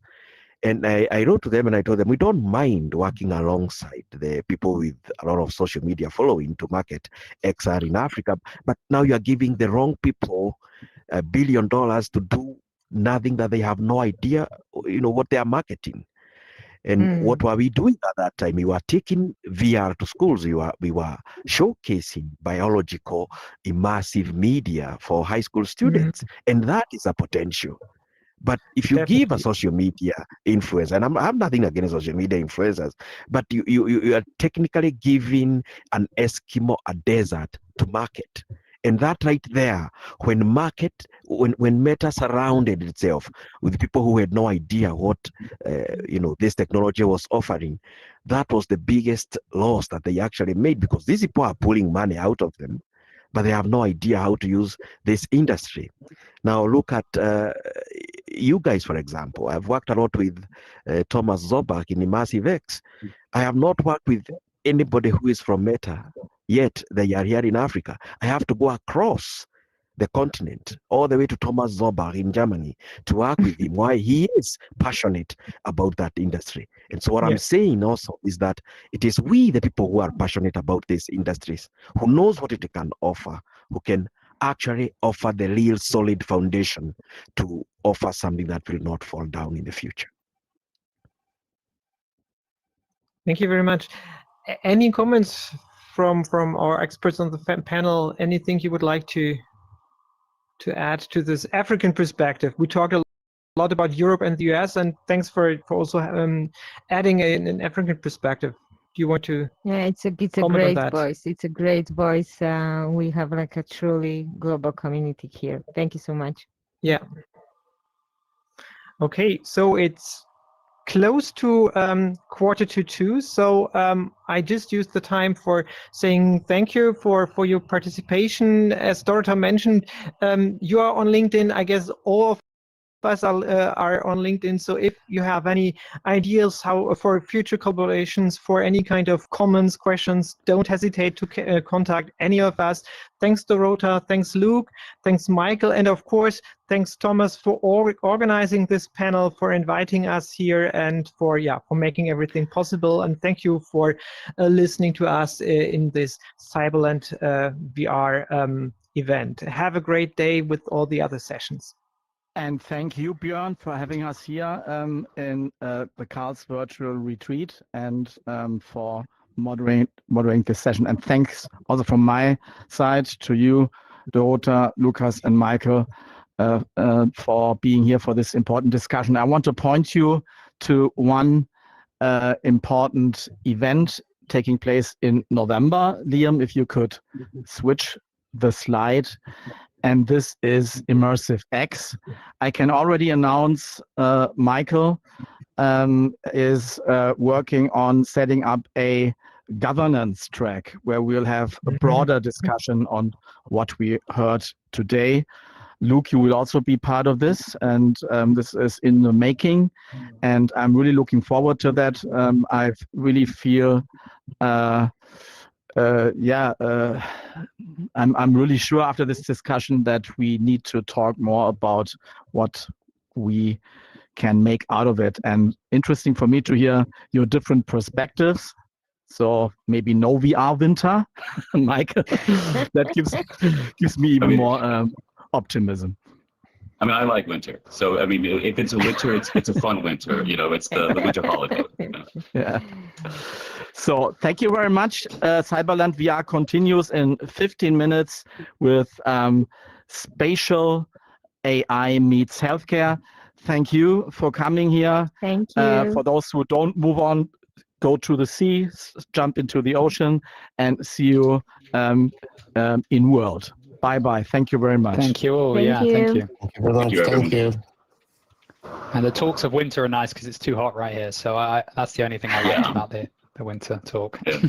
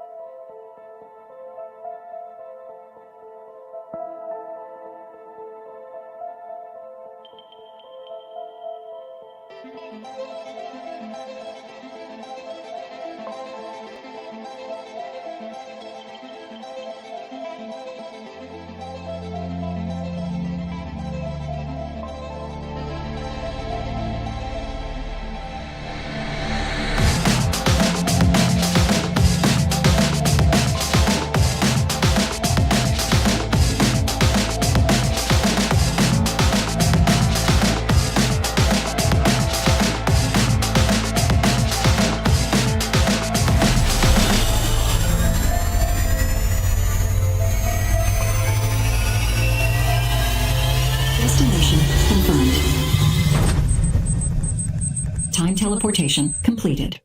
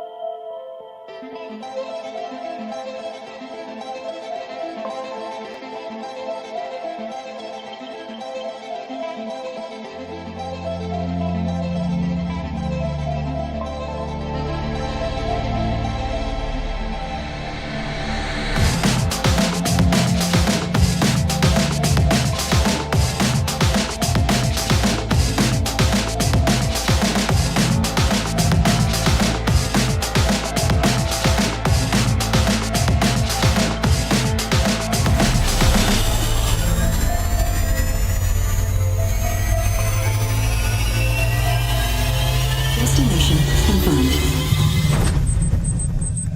Time teleportation completed.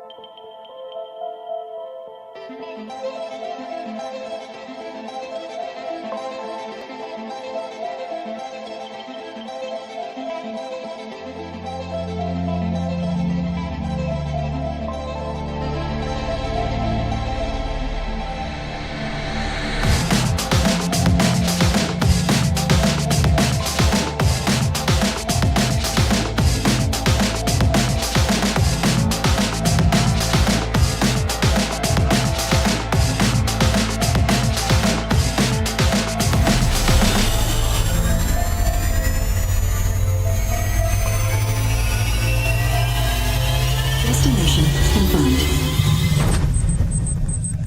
Time teleportation completed.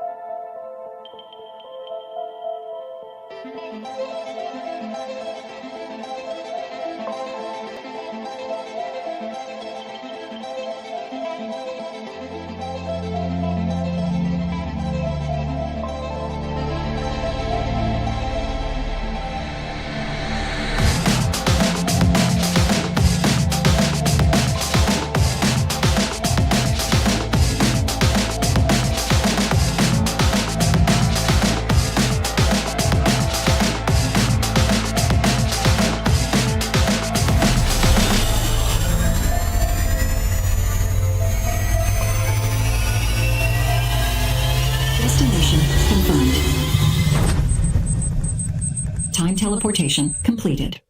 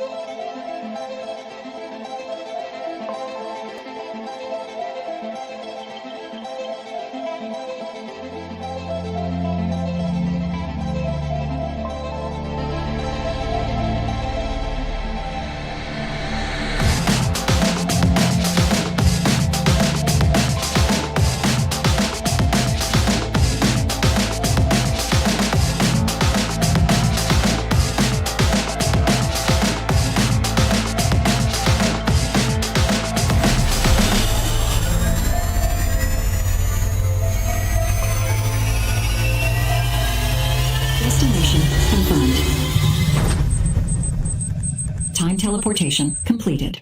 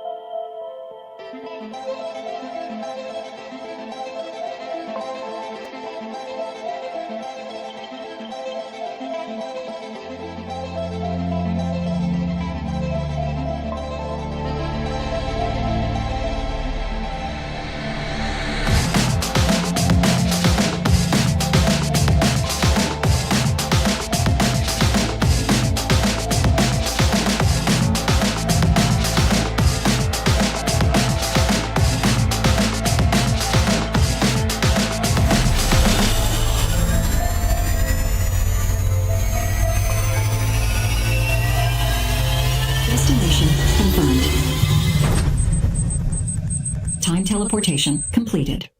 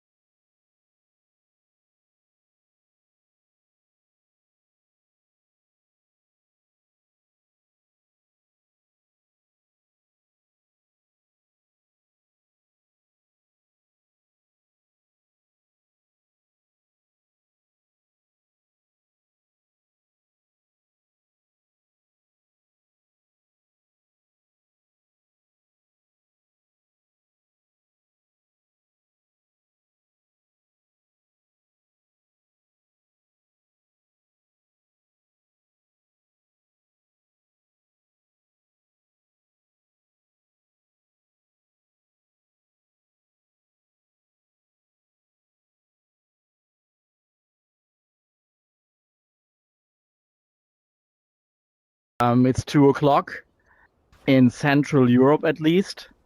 It's a hot summer day, and we welcome you here under the blue skies of the MTX Future World. This is the third session of Cyberländ VR, proudly presented by IMMERSIVE X, Matrix Group, Foretell Reality, and Brands and Places. So, ladies and gentlemen, please get ready for session number 3. And I'd like to hand it over directly to our moderator. Where is she here? Anne. So Anne, Ines, DJ, the stage is yours. Woohoo! This is the stage I love, a stage next to the bar on a rooftop. Who would have expected that when it comes to a healthcare topic, right? I mean, first check here what an immersive experience can be like. So thank you for bringing us here and welcome everybody for joining us here. And yeah, maybe next slide for introducing you to the two experts I brought in here for our 45 minutes on spatial AI meets healthcare session. Information is not enough, I just heard this week. And we tried with interaction to bring the information into action, actually. Next slide, please. Yeah, great. I like that. So I do have with me here, and I'm super happy I do have those two experts with me here. Ines Heidkamp, who is the product manager at Matrix Group and thus kind of the host and head of this product we will be digging into today. And I do have DJ with me, who's not at the turntables today, but maybe later. But he is the one when it comes to the technology aspects of, yeah, the product we are looking into today. Hello. My name is Anne, and I have the pleasure to be the host here today for this session. Where we'll talk about what happens actually when information, when artificial intelligence is given a face and makes fun, asks questions, and has a real presence in the virtual space.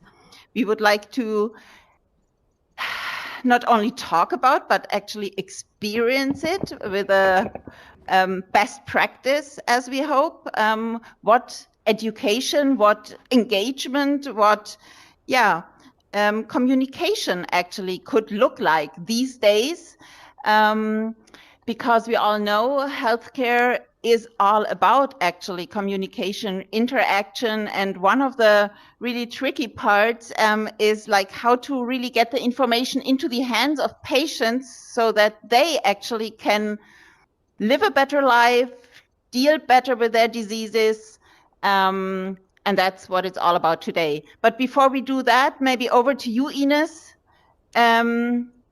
How come we are standing here today talking this topic? What brought you to bring this up, actually? So thanks, first of all, for this nice introduction, and welcome everyone to the Matrix Future World. Well, yeah, my name is Ines. I'm the product manager of the Healthcare Metaverse Solutions by Matrix, and the Matrix Group is a media company, and we offer all different kind of media, for example, newspapers, magazines, podcasts, videos, and all kind of media to convey medical information, medical content to doctors, to healthcare professionals all around Germany, Austria, and Switzerland. And we always look for new ways to transfer healthcare content to our clients, to our target groups. And this is why we started the Healthcare Metaverse Solutions. And today we are here in our Matrix Future World, which was built from DJ and his team. And this is our virtual showroom where we show our clients, so from the pharma industry and healthcare organizations, what is possible in XR, especially in the healthcare field. And we also have the topic of spatial AI integrated into our future world.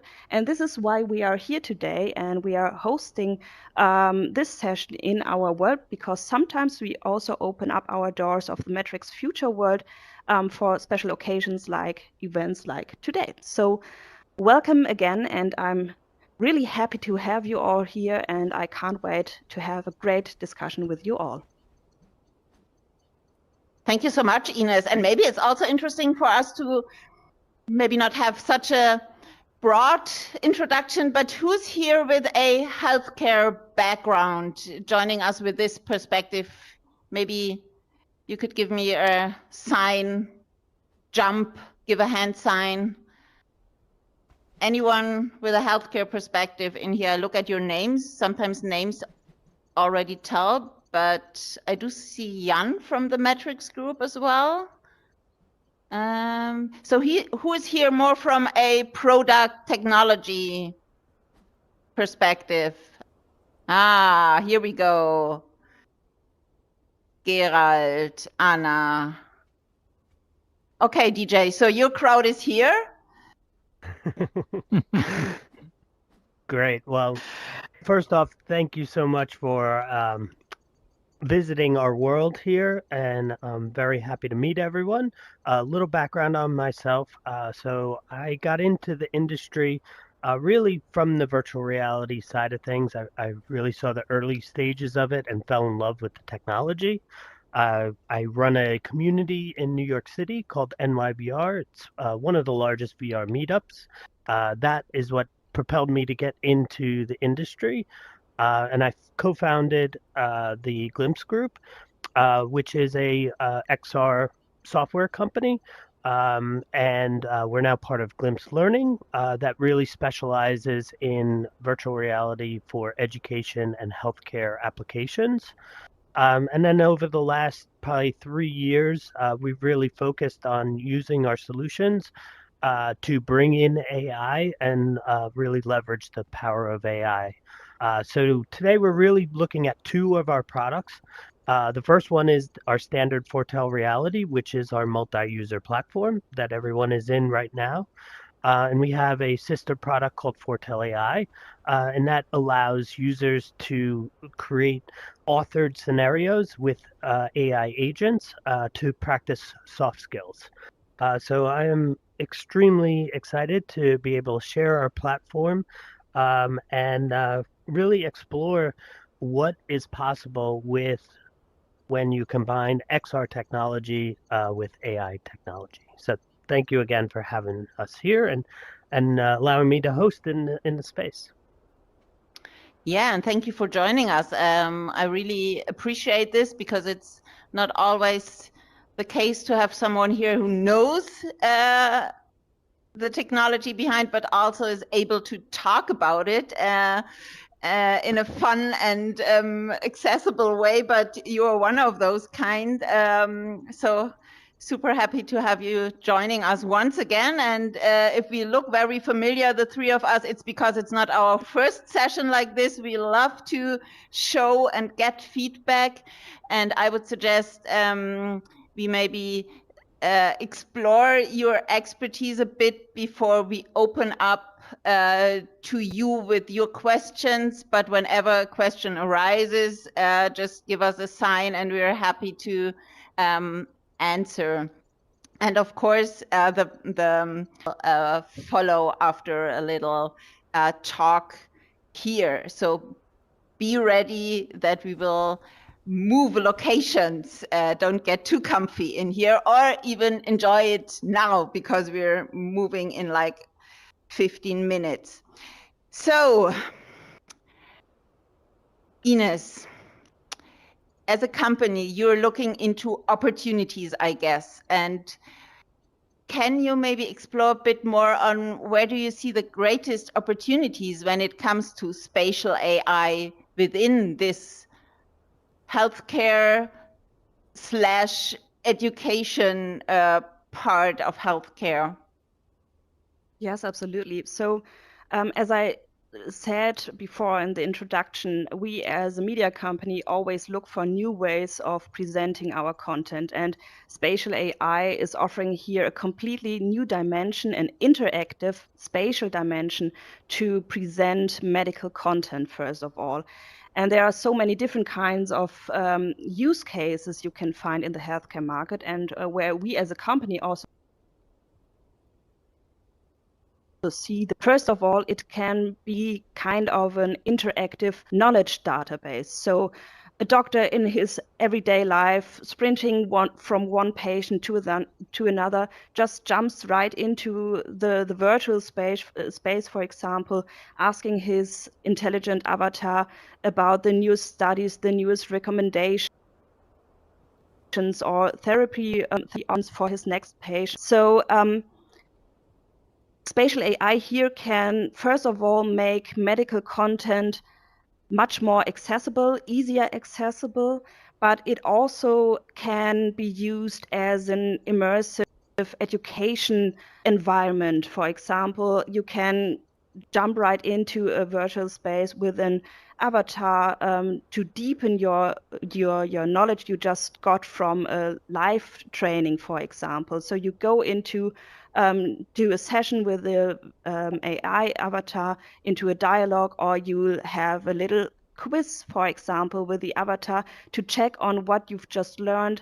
But the bigger benefit of those spatial AI applications is you also can enrich this information you are sharing with the avatar by having some more 3D elements, visuals of organs, which you can have a look at from all perspectives. You can open up those organs and see what is going on inside with the body.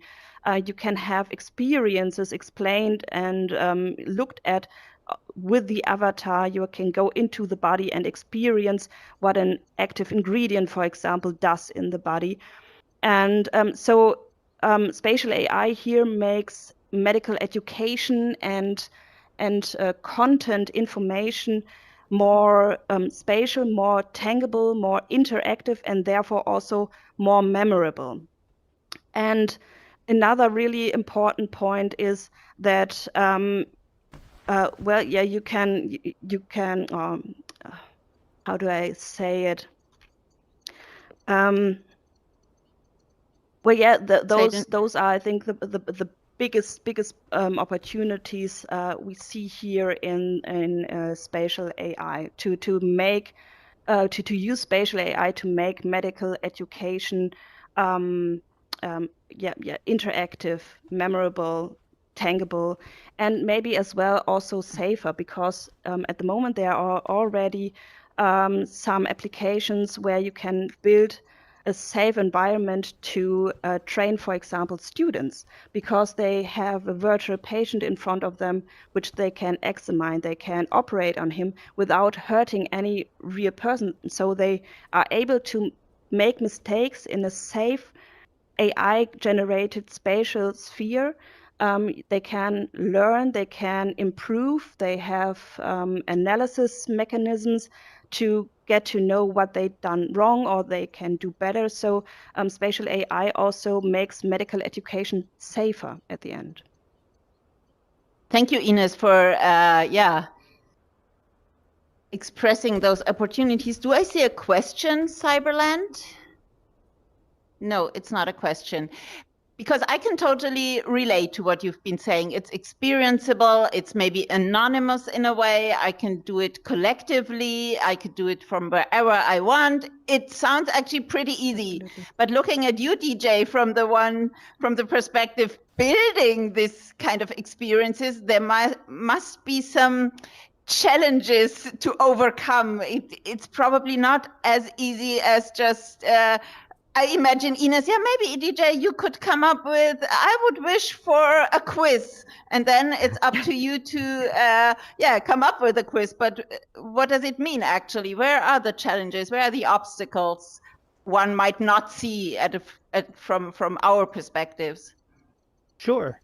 So I think one of the largest obstacles, I think actually for both XR and for AI, is the reliance on the third-party providers that provide either the hardware, the operating system, or the large language model that actually powers the conversations that we're having with the AI agent.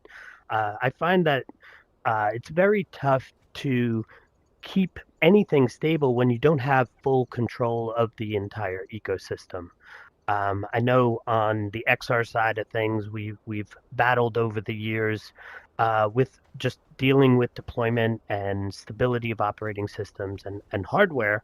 And at times that can definitely be frustrating, but I think that's just natural for new technology. And we're seeing similar types of challenges with third-party partners. So our AI agents, we have an authoring tool where you can basically select which large language model you want to power that conversation. Claude, Gemini, OpenAI, etc. And many of those models are incredibly powerful, but those models do suffer some downtimes. And when that happens, it obviously can ruin the customer experience, and we're the face of the product. So I would say reliance on third-party partners is just a big challenge, and I think it's one of the reasons why scalability has been such a challenge in XR as well as right now in AI. Thank you so much for opening up on this. And Ines, as a company that has made the decision, I don't know how many years ago, 5 years, whatever, tell me, on actually, getting spatial AI a stand within your portfolio. Can you tell us, like, what do you expect for the next maybe 5 years? I don't know how far we can go, 1 year, 5 years, how this sector will grow or change or influence the other ones, and what are the learnings of your company so far? Well, this is actually a really tough question because I think it's hard to tell what is going to happen in the next 5 years, because the spatial AI technology is evolving really quickly, and we always have new applications, new possibilities. Other applications leave the market because they didn't work out, and I think there will be so much more to come in the next 5 years. I think also for the healthcare market, spatial AI will play an even bigger role, because at the moment we are suffering a big shortage of workforce in the healthcare field, and I think spatial AI might be a perfect support in those times where we don't have enough workforce in the healthcare market to cope some of those works who can't be done, for example, in the time the left doctors and healthcare professionals have in their time. So I think AI will be a future technology which we will find everywhere, or we already find everywhere in healthcare, in the medical field. But it's really hard to tell what exactly is going on in the next 5 years. But I'm happy to see what has come next. So staying flexible in a way for both of you, probably. Absolutely. As a company, but also as a product designer and builder. And I think the learning part, right, is not only on the patient side, but also for all of us to keep on learning. I recently read by Heather McGovern that, the future of work is actually learning. It's not that we get an education and then we are professional. No, we have to keep on learning all our way until whatsoever, not only retirement, but even while being retired, because the Silver Ages, right, they are now coming into this as well. And this might be a part, how to build applications for people 70 plus, I don't know, DJ. But before, going into the future, the present already has something ready for us. And I don't know how you feel here in the audience, but I would love to get an example now, to get my fingers on something practical. I'll be ready, Ines and DJ? I think so. Yeah, sure. Maybe before we start, DJ, could you give us a little intro on how to use the emojis, because we will need them? Sure. So for any participants, if you hit the menu button on your left controller, you'll get a quick menu.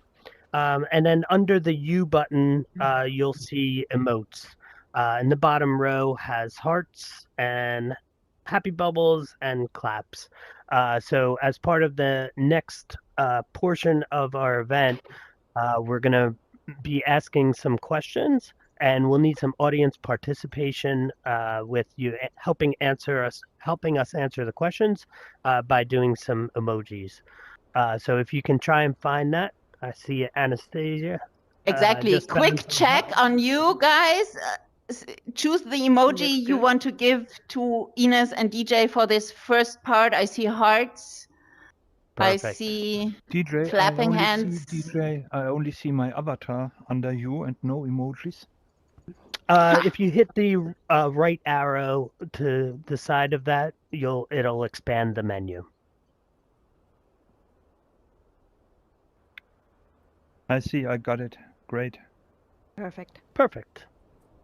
Yes. So everyone good. Ready with emojis? Then we are ready to leave because we have to switch applications. That's right. Yep.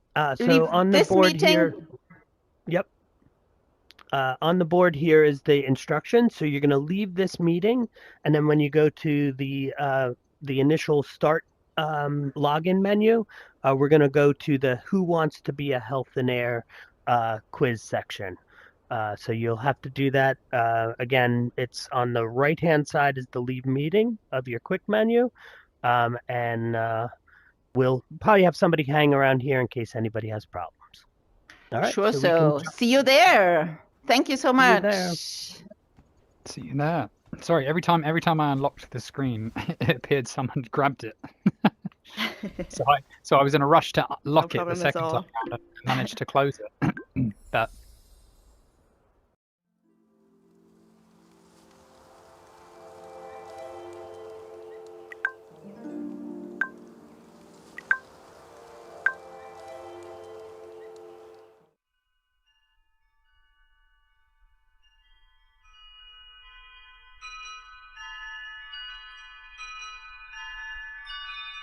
Oh, really cool. How do you like it so far? No, it's amazing, honestly. It's the first time for me using this platform, and yes, I'm very much inspired. Isn't it? Yes, I also come from research in the field of neuroscience, so yeah, it's very interesting for me to see more applications because at the moment we mostly use Unity to build different experiments, but this one gives so many more possibilities. So thank you so much. You're welcome. Happy you found your way into it. And I'm looking around who's missing. Oh, there's some. Liam is still missing, our stage manager. Thomas is here. Gerald is here. You made it. Did you brought your emojis with you, Gerald? Of course. Very good. Yeah, we are in a classroom kind of setting. That's what we've chosen for this kind of application. And we have Ines on the driver's seat for this session here. Everyone else is around you. So I hope everyone sees okay. If not, you can switch seats actually. Trying a new angle. But it will be mostly nothing to be seen, only to be listened to. So I would say over to you, Ines. Thanks. So here we are in our little normally used as a classroom, but today we are part of a really cool quiz show. And the question is, who wants to be a healthier? Like cue the intro? Yes, please. Oh, you got it ready.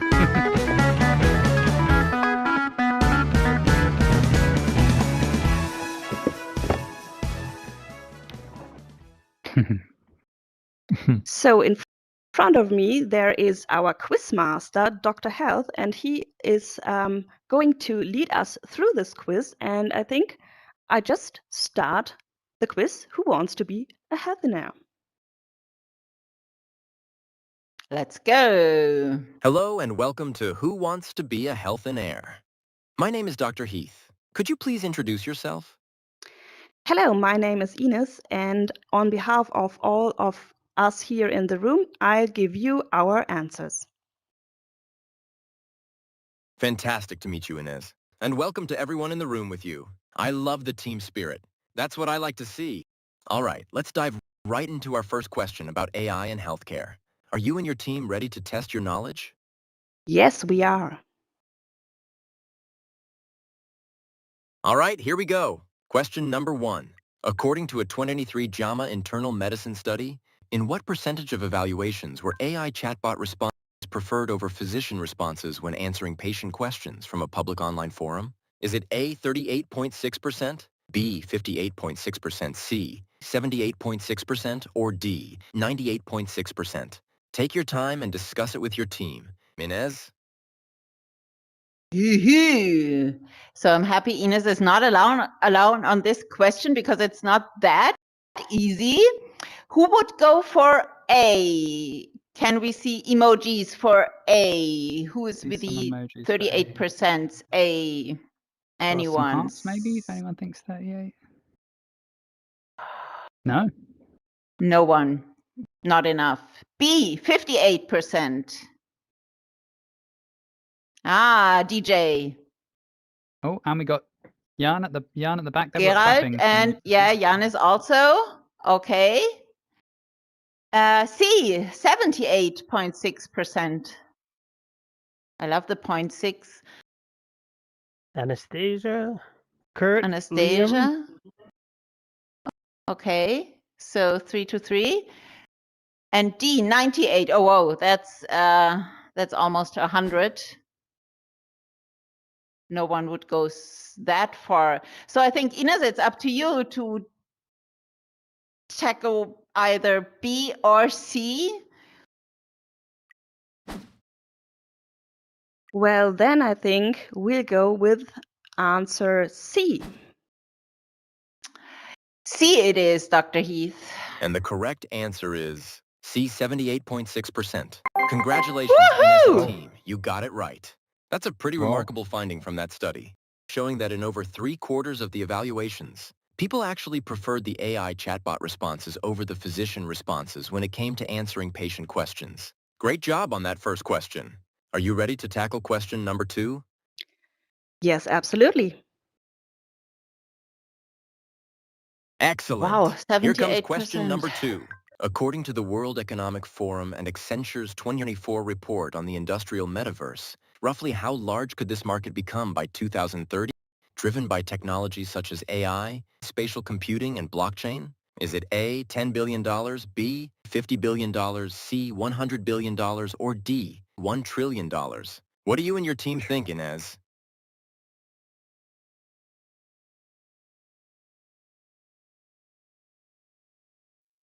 What do we think? What do we think, everyone? Is anyone Market think share?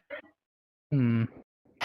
Billions in the room. Who's for A? 10 billion. Hearts for 10 billion. Does this mean we get 10 billion? Then I'm emojiing. Aha, Liam, thank you. B, 50 billion. Sounds reasonable. Yeah, Jan is with me here and Gerald too. 2 for B. C, 100 billion. Oh, I can't even imagine that much money. Anastasia and DJ, 2 for C. And D, oh, whoa, 1 trillion. A lot of money. No one can imagine that much money. Yeah, I guess okay, we have Ines. two for B and C. Did we have there, or did I miscount?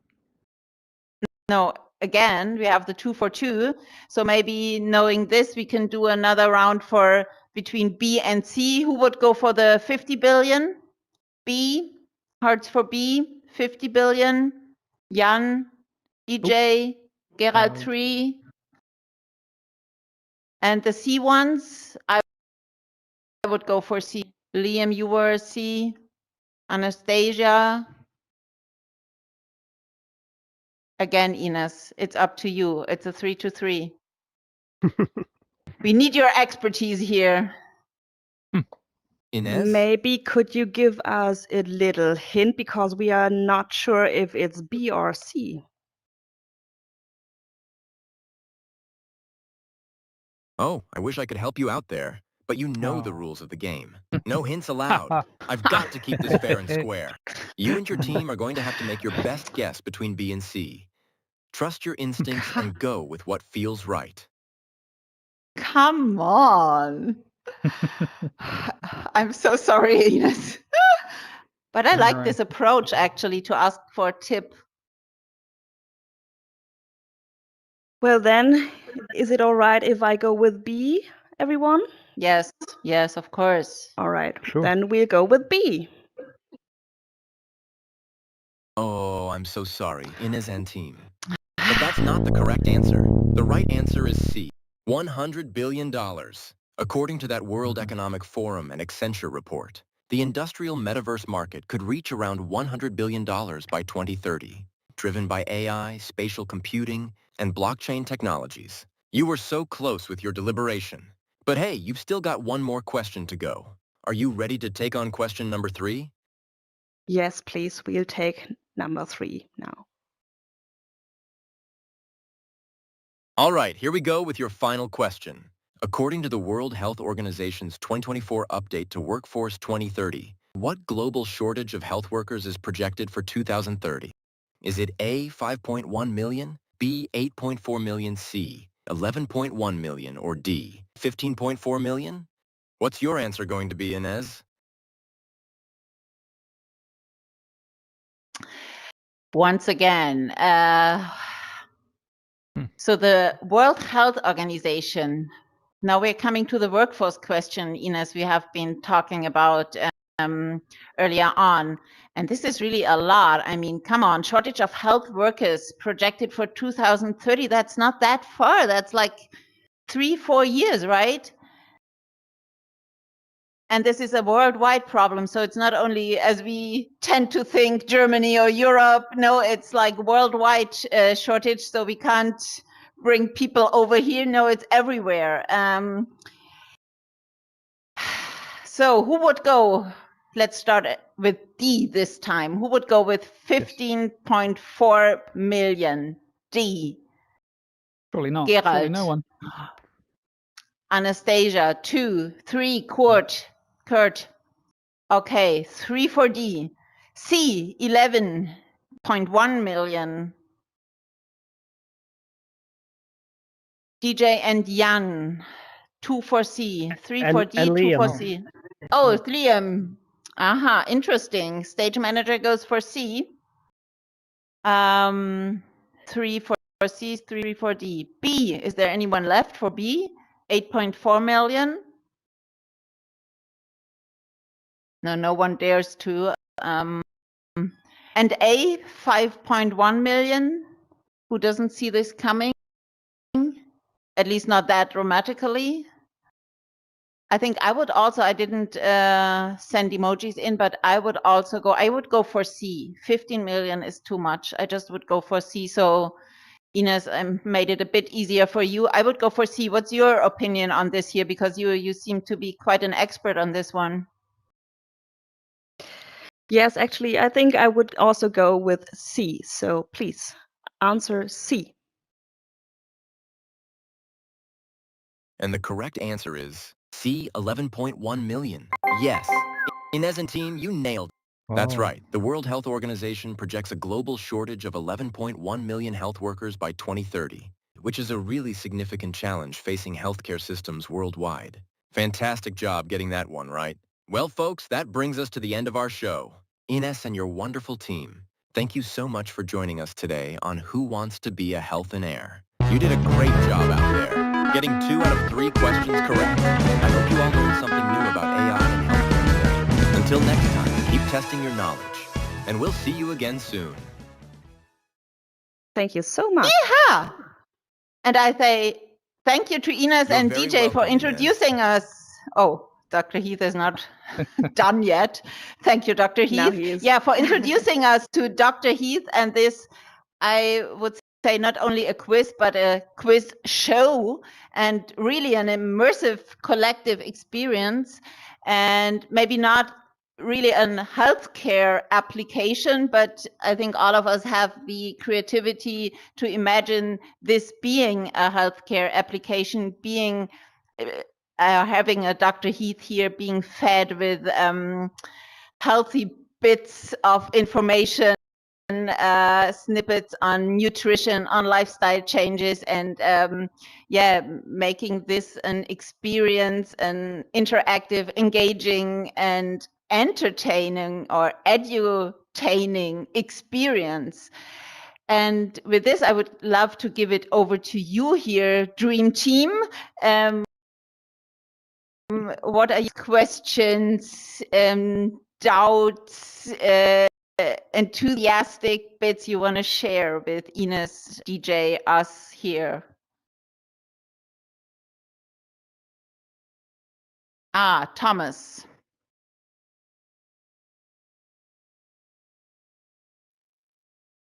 Oh, I don't think we can hear you, Thomas. No, not yet.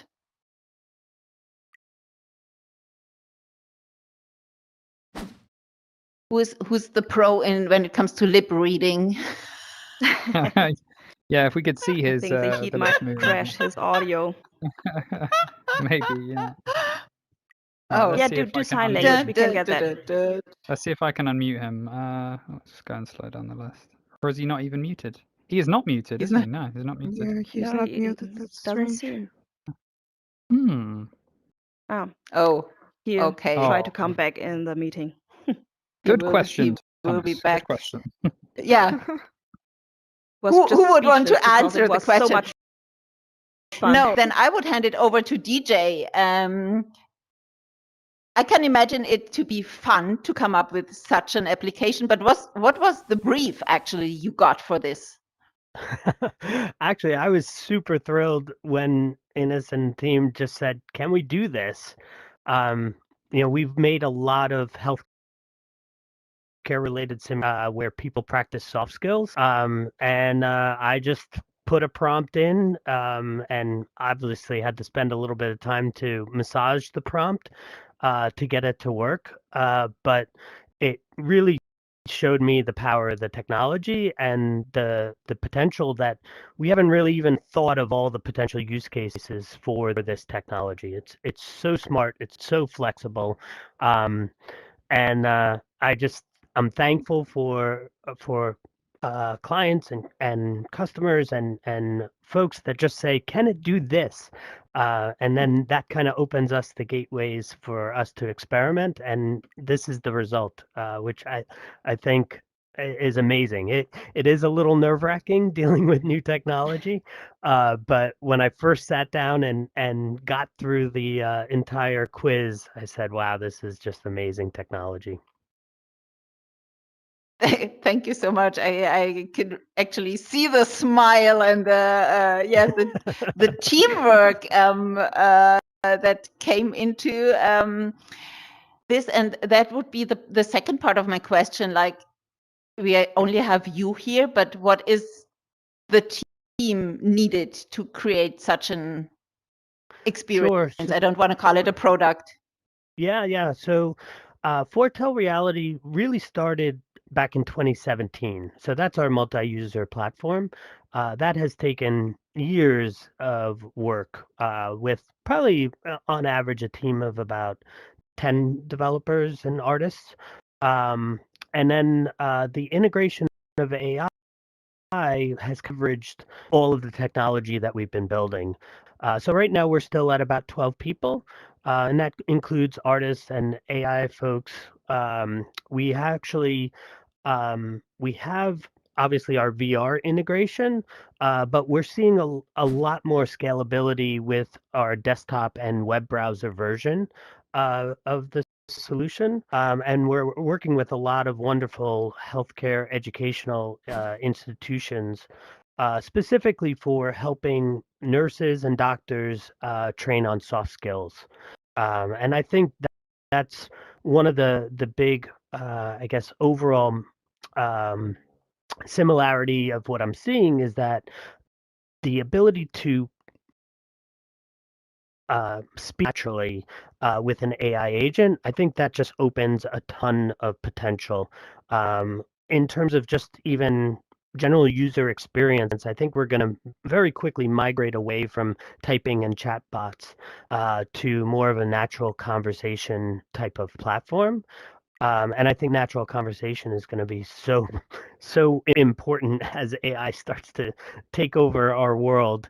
And teaching nurses how to deal with patients or teaching doctors how to deal with patients, it's really been exciting to see the potential. And having the desktop side of things and the mobile version, we're kind of avoiding the VR deployment challenges and scalability issues. That is kind of against my heart because I'm at heart a VR person, and I know we will get there. But in terms of scalability and product, a web browser version is definitely easier on the deployment side of things. Thank you so much for your perspective on this. And I would, if I'm allowed, the patient's perspective, because I am a person living with a chronic disease, and always love to bring this perspective into such kind, not discussions as you might think now, but into actually the development. And also here I would make sure that the patient's perspective is involved in here. And also I'd love to add the accessibility. It's not only scalability, but it's also, of course, accessibility. Ines is nodding here because she knows what I'm talking about. And I think it's super important, and it's easier as one thinks, but it's, of course, with the desktop application and a variability on how to access those kind of experiences, of course. Even it's not that pure then anymore, DJ, sorry. I know. Yeah, but I nodded that hard on this last point because, we started with our healthcare metaverse solutions in VR surrounding as we are in right now, but we also saw that such new technology as spatial AI, for example, has to be more accessible, especially in Germany. VR headsets aren't that common yet. So we have to find other ways, other solutions to still bring those spatial AI experiences to every doctor, to every patient, to everyone around the world. So this is just great that the DJ said, okay, it's hard for me, but we'll do a solution which is browser-based, which can be reached just opening a browser on your computer and just go into such a simulation for training, communication, and education. So yeah, this is just wonderful that those kind of solutions exist and we can use them for us and for our content. Thank you so much. And I'm looking at the clock over your head. DJ, we only have 2 minutes left in here. It's with every school hour, actually 45 minutes we had, and time flies in the metaverse as well. I just learned it was super interesting. I learned a lot. I hope you did too. And yeah, the numbers were impressive, I think, but experience this together with all of you was the goosebumpy part of this, I think. Applause, hearts, and thankful notes to the two of you for opening up actually on this, because I bet it's work in progress, and I hope the two of you also learned some tips that were in here with us, because I think that's always the best part of such sessions. Thank you, Liam, for making this experience so smooth. Thank you, Thomas, for bringing us here. And I'd say over to you again. Can you hear me now? Yes. Yes. You are back. Sorry, yeah, I had some connectivity problems. Thank you also from my side, especially to you, Anne, for moderating this session, and of course to our panelists, Ines and DJ, and to all of you who joined this session. This was the last session of Cyberländ VR, but with spatial AI, and I don't want to spoil, but I guess we will be back with this topic in November at IMMERSIVE X from November 10th to 12th. If you haven't signed up yet, please do so. We will have a health track.